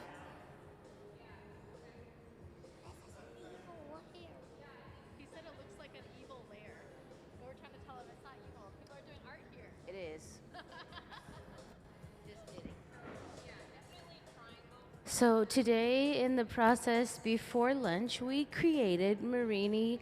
The time frame for prep work will consist of creating a lot of Marini for a final design. Marini is pulled out in about 12 inches or longer pieces of cane, and when you cut them, you'll be able to see the pattern that they're laying into the Marini by smashing the glass together and pulling it out. So it's kind of like sugar candy with an image in the middle, or like dough, a log of like cookie dough, and when you cut it into cross section, you get to see the cool like snowman cookie. So as they create Marini here in the hot shop, they're creating basically line work that will then be laid into a pattern that will be the essence of lace. And so that's Danielle's idea that she's bringing out here in the hot shop with the team. So Danielle's work traces the rhythm and gestures of making, drawing on patterns of labor and care that echo across generations. Through glass, she explores repetition, variation, and the subtle language of process, revealing the connection between material, maker, and memory. So the process starts by dipping into the furnace and gathering up some glass. I'm gonna figure out exactly what it is we're doing, and then I'll let you guys know in just a moment.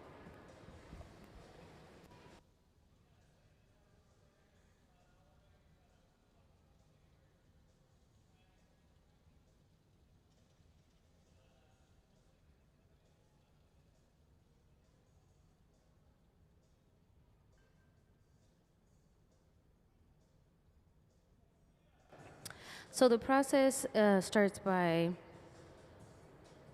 heating up a steel rod or taking a steel rod out of the pipe warmer and then dipping into the furnace. Can we see the furnace diagram? Hot glass likes to stick to hot steel. So as they rotate the steel rod within the furnace, which is the silver tank with the doors on the front, it's powered by natural gas and forced air. It runs 24 hours a day, 7 days a week. And it holds up to 1,000 pounds of molten glass while resting at 2,100 degrees. When they come out of the furnace, the glass looks orange, but that's only because it's hot. When it cools down, it'll be clear. Thank you. So on the left side of the hot shop, they will add color to the surface of the clear glass and blow it out. They're going to make a color cup. This is one way where we're able to add color into the Marini that we're making. Marini is how we apply pattern and colorful pattern to the surface of glass. So can we see some pre-made Marini?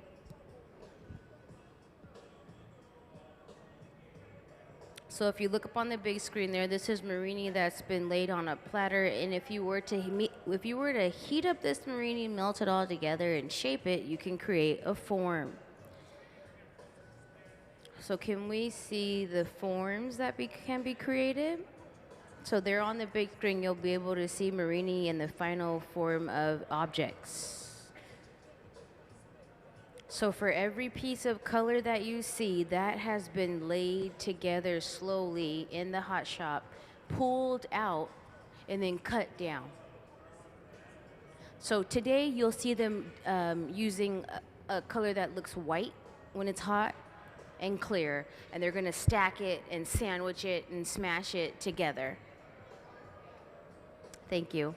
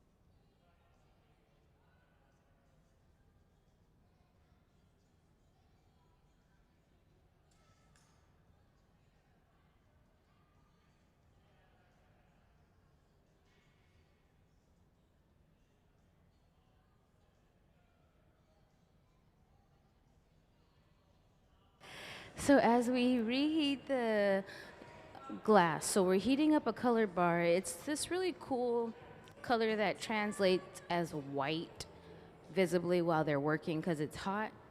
Earlier we used this color. I think we're using this color again. They're heating this. They're gonna lay it over a clear bubble and then they're gonna blow it out. How y'all doing?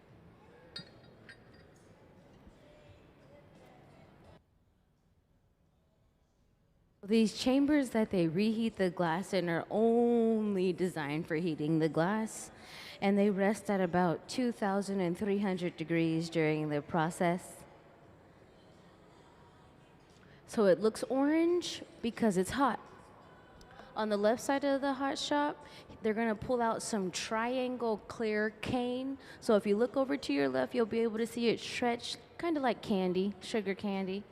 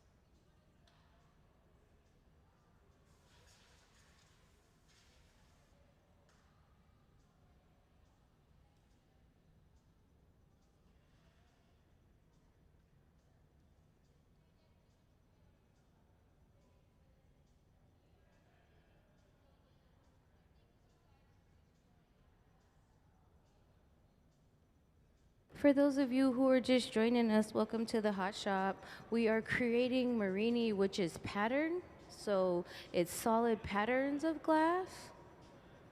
And that consists of, in order to add color, she'll heat up this bubble of white glass and then blow into it, and it'll create a cup. Once we create that cup, we'll stuff it with solid glass, and then we'll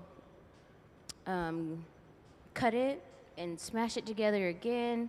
So it'll give us an outline of white with a line down the middle, because when we cut it and we smash it together, it'll all fuse together.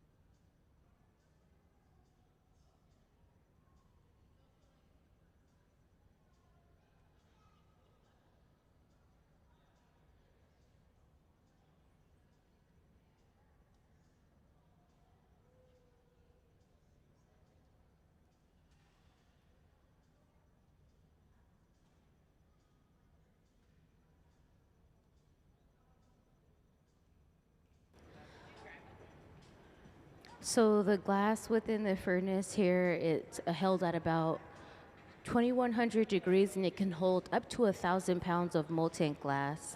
And for those of you who just joined us, I'm just letting you know, my friends who have been here may understand this already. So when he dips into the furnace, he gathers up some glass. He's going to gather enough glass to stuff into this bubble when they open up this bubble. Artists come and work here in the hot shop to get their ideas created with the team. The team of hot shop artists that work here at the museum collectively have over 100 years of knowledge about the process and the material. And so when the visiting artists apply, they are selected, and then they come and they bring all their visions to life here in the hot shop. If you're ever interested in what's happening here under the cone in the hot shop, you can always get onto our live stream. We live stream the process Wednesday through Sunday from 10 to 5 p.m. And if you'd like to learn more about Danielle, you can come back for her artist talk on Sunday from 1 to 2 p.m. Or you can get onto our live stream and watch from the comfort of where you are.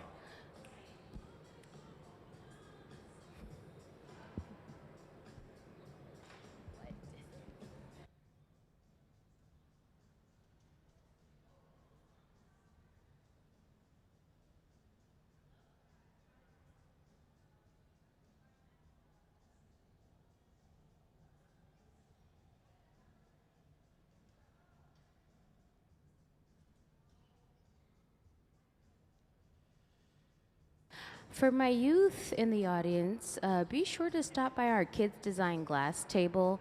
Can we see the Kids Design Glass slide? So, Kids Design Glass is a program here at the Museum of Glass that we created to inspire the youth, 12 and under, to design like fine artists do here in the hot shop. Can we see the Kids Design Glass slide?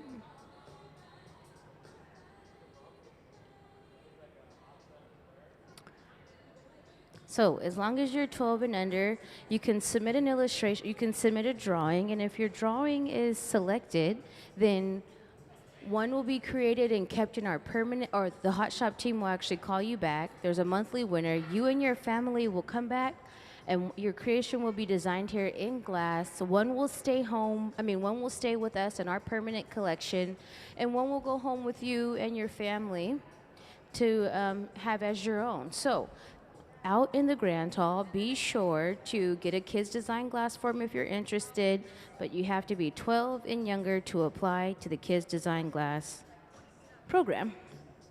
Thank you.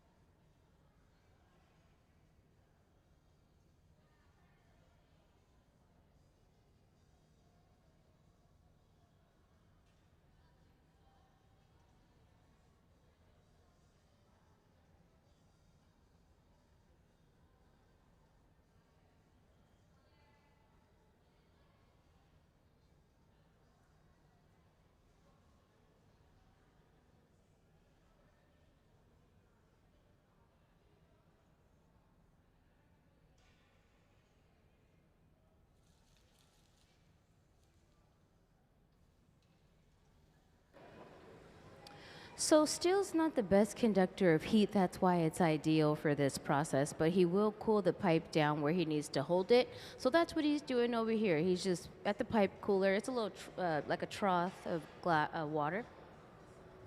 And now she's going to remake another cup, so she'll blow into the end of the rod to create a bubble, which will create that void in the cup of color. And on the left side of the hot shop, they've taken that stuffed cup of color. They're gonna start to stretch it out and mold the pattern. And by molding the pattern, they'll just shape it in whatever desired. Like if they want it to be in an oval shape, they'll shape it oval. If they want it to be triangle, they'll shape it triangle.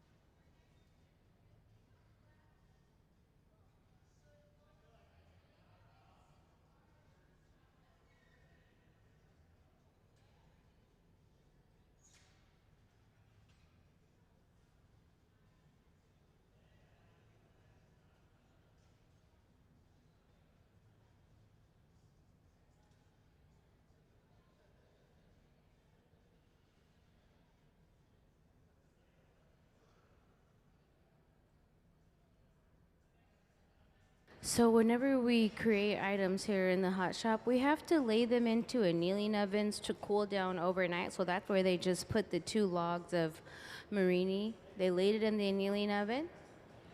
Can we see, or no, never mind. So now they're just going to continue to pull out marini here in the hot shop. So we have another cup. We're going to shape it up and keep on pulling it out.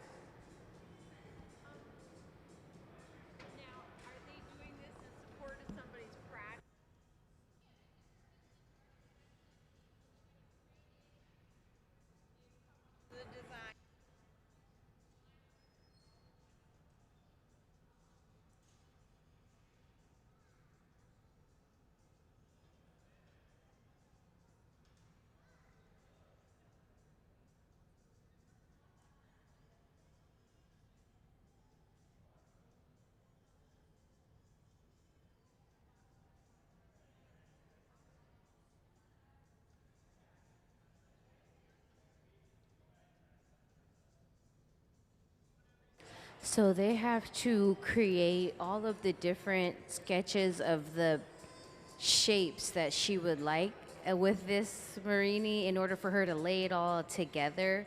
It'll have the essence of lace, and so some of the shapes are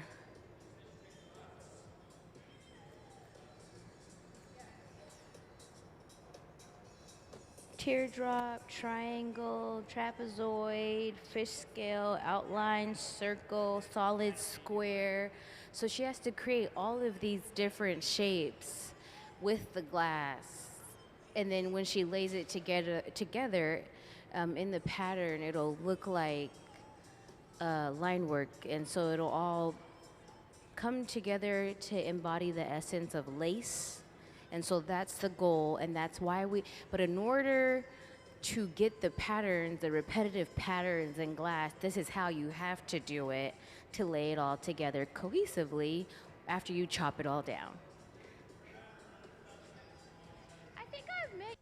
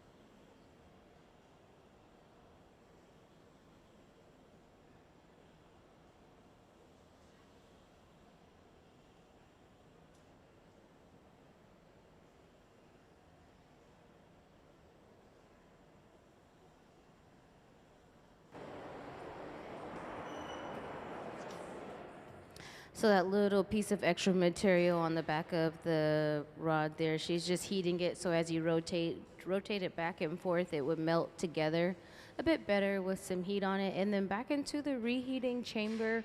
This chamber rests at 2,300 degrees to help keep the glass nice and hot during the process.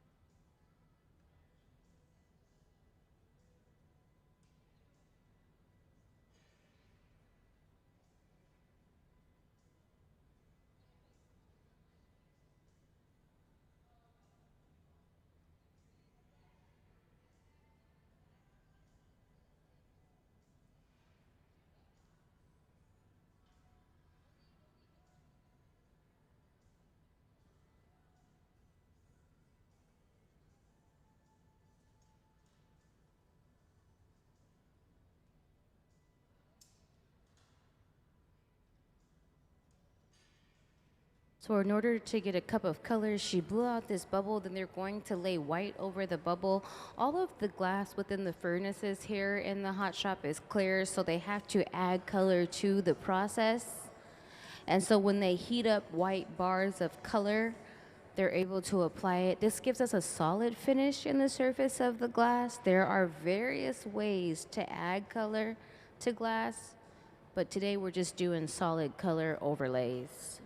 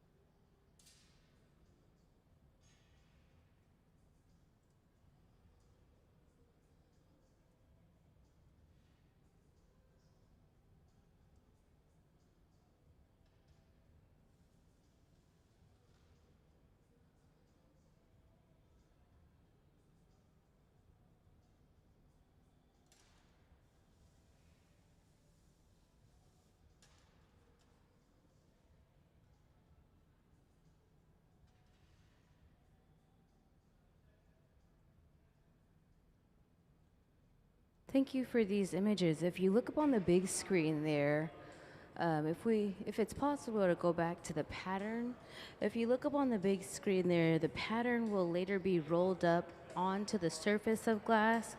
All of the doilies will be then placed into objects that are shaped like cookware, and then the pattern will go on the surface of the cookware.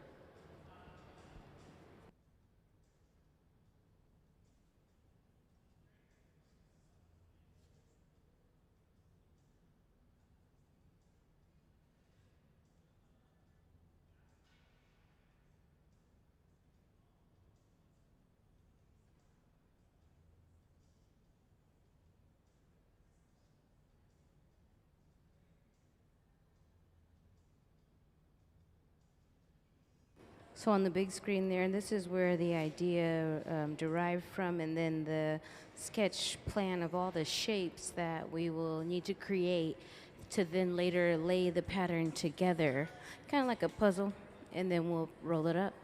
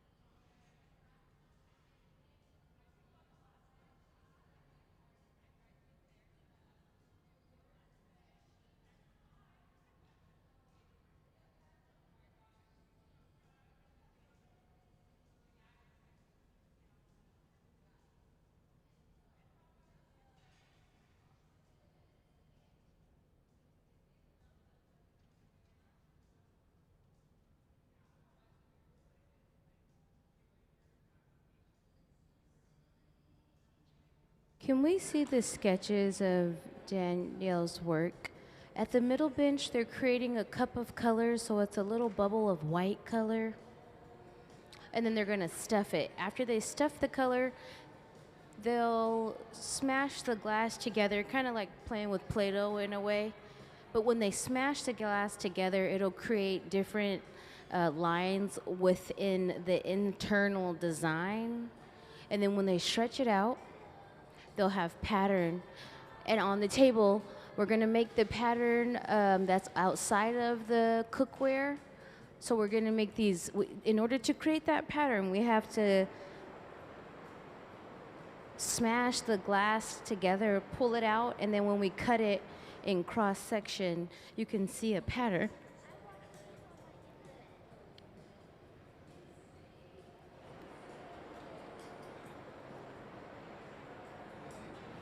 So they kind of have like a tear, like a cat's eye shape. This is thick pattern that was pre-made, and when you stretch it out, it gets smaller and smaller. And they're stretching out some cane there on the left side of the hot shop. We can't cut it yet. We have to cut it tomorrow.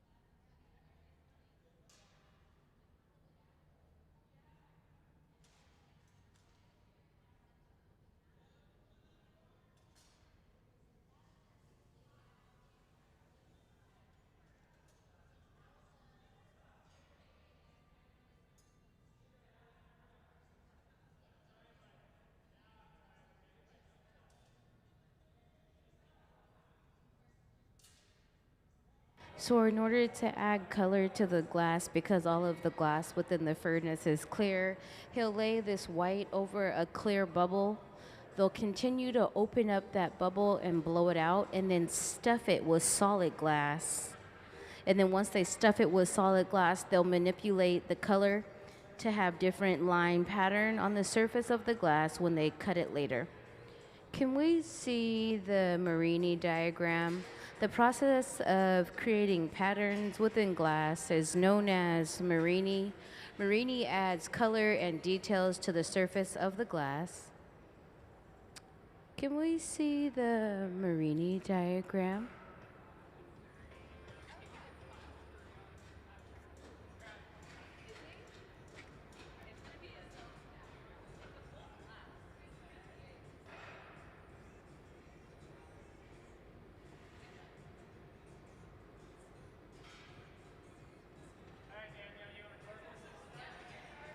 So on the left side of the hot shop, they're going to start to stretch the glass out.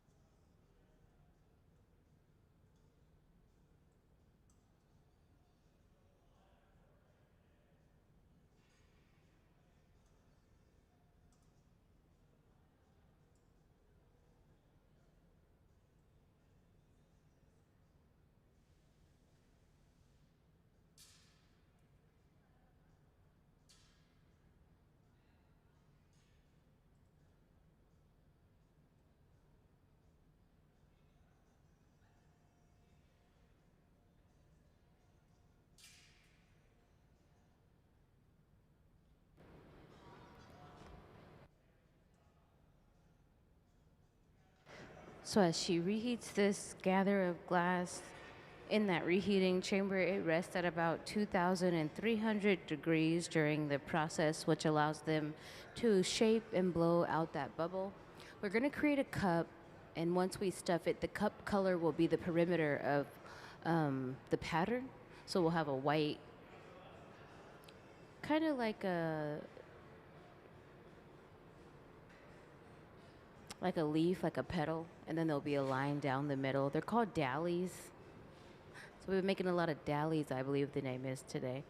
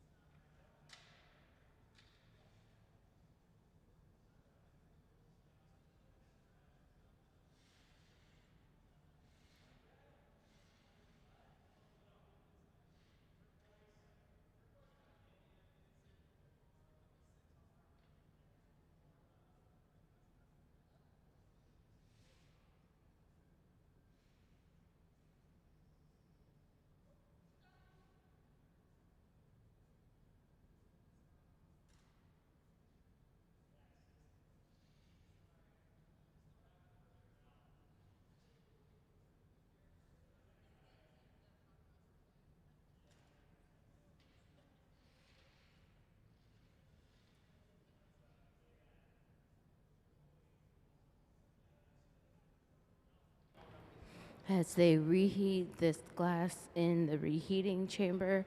That chamber rests at about 2,300 degrees, so it's able to get that glass super hot. When the glass glows orange, that indicates it's very hot, soft, and malleable. We're going to pluck a hole in this white bubble and then stuff it with clear glass.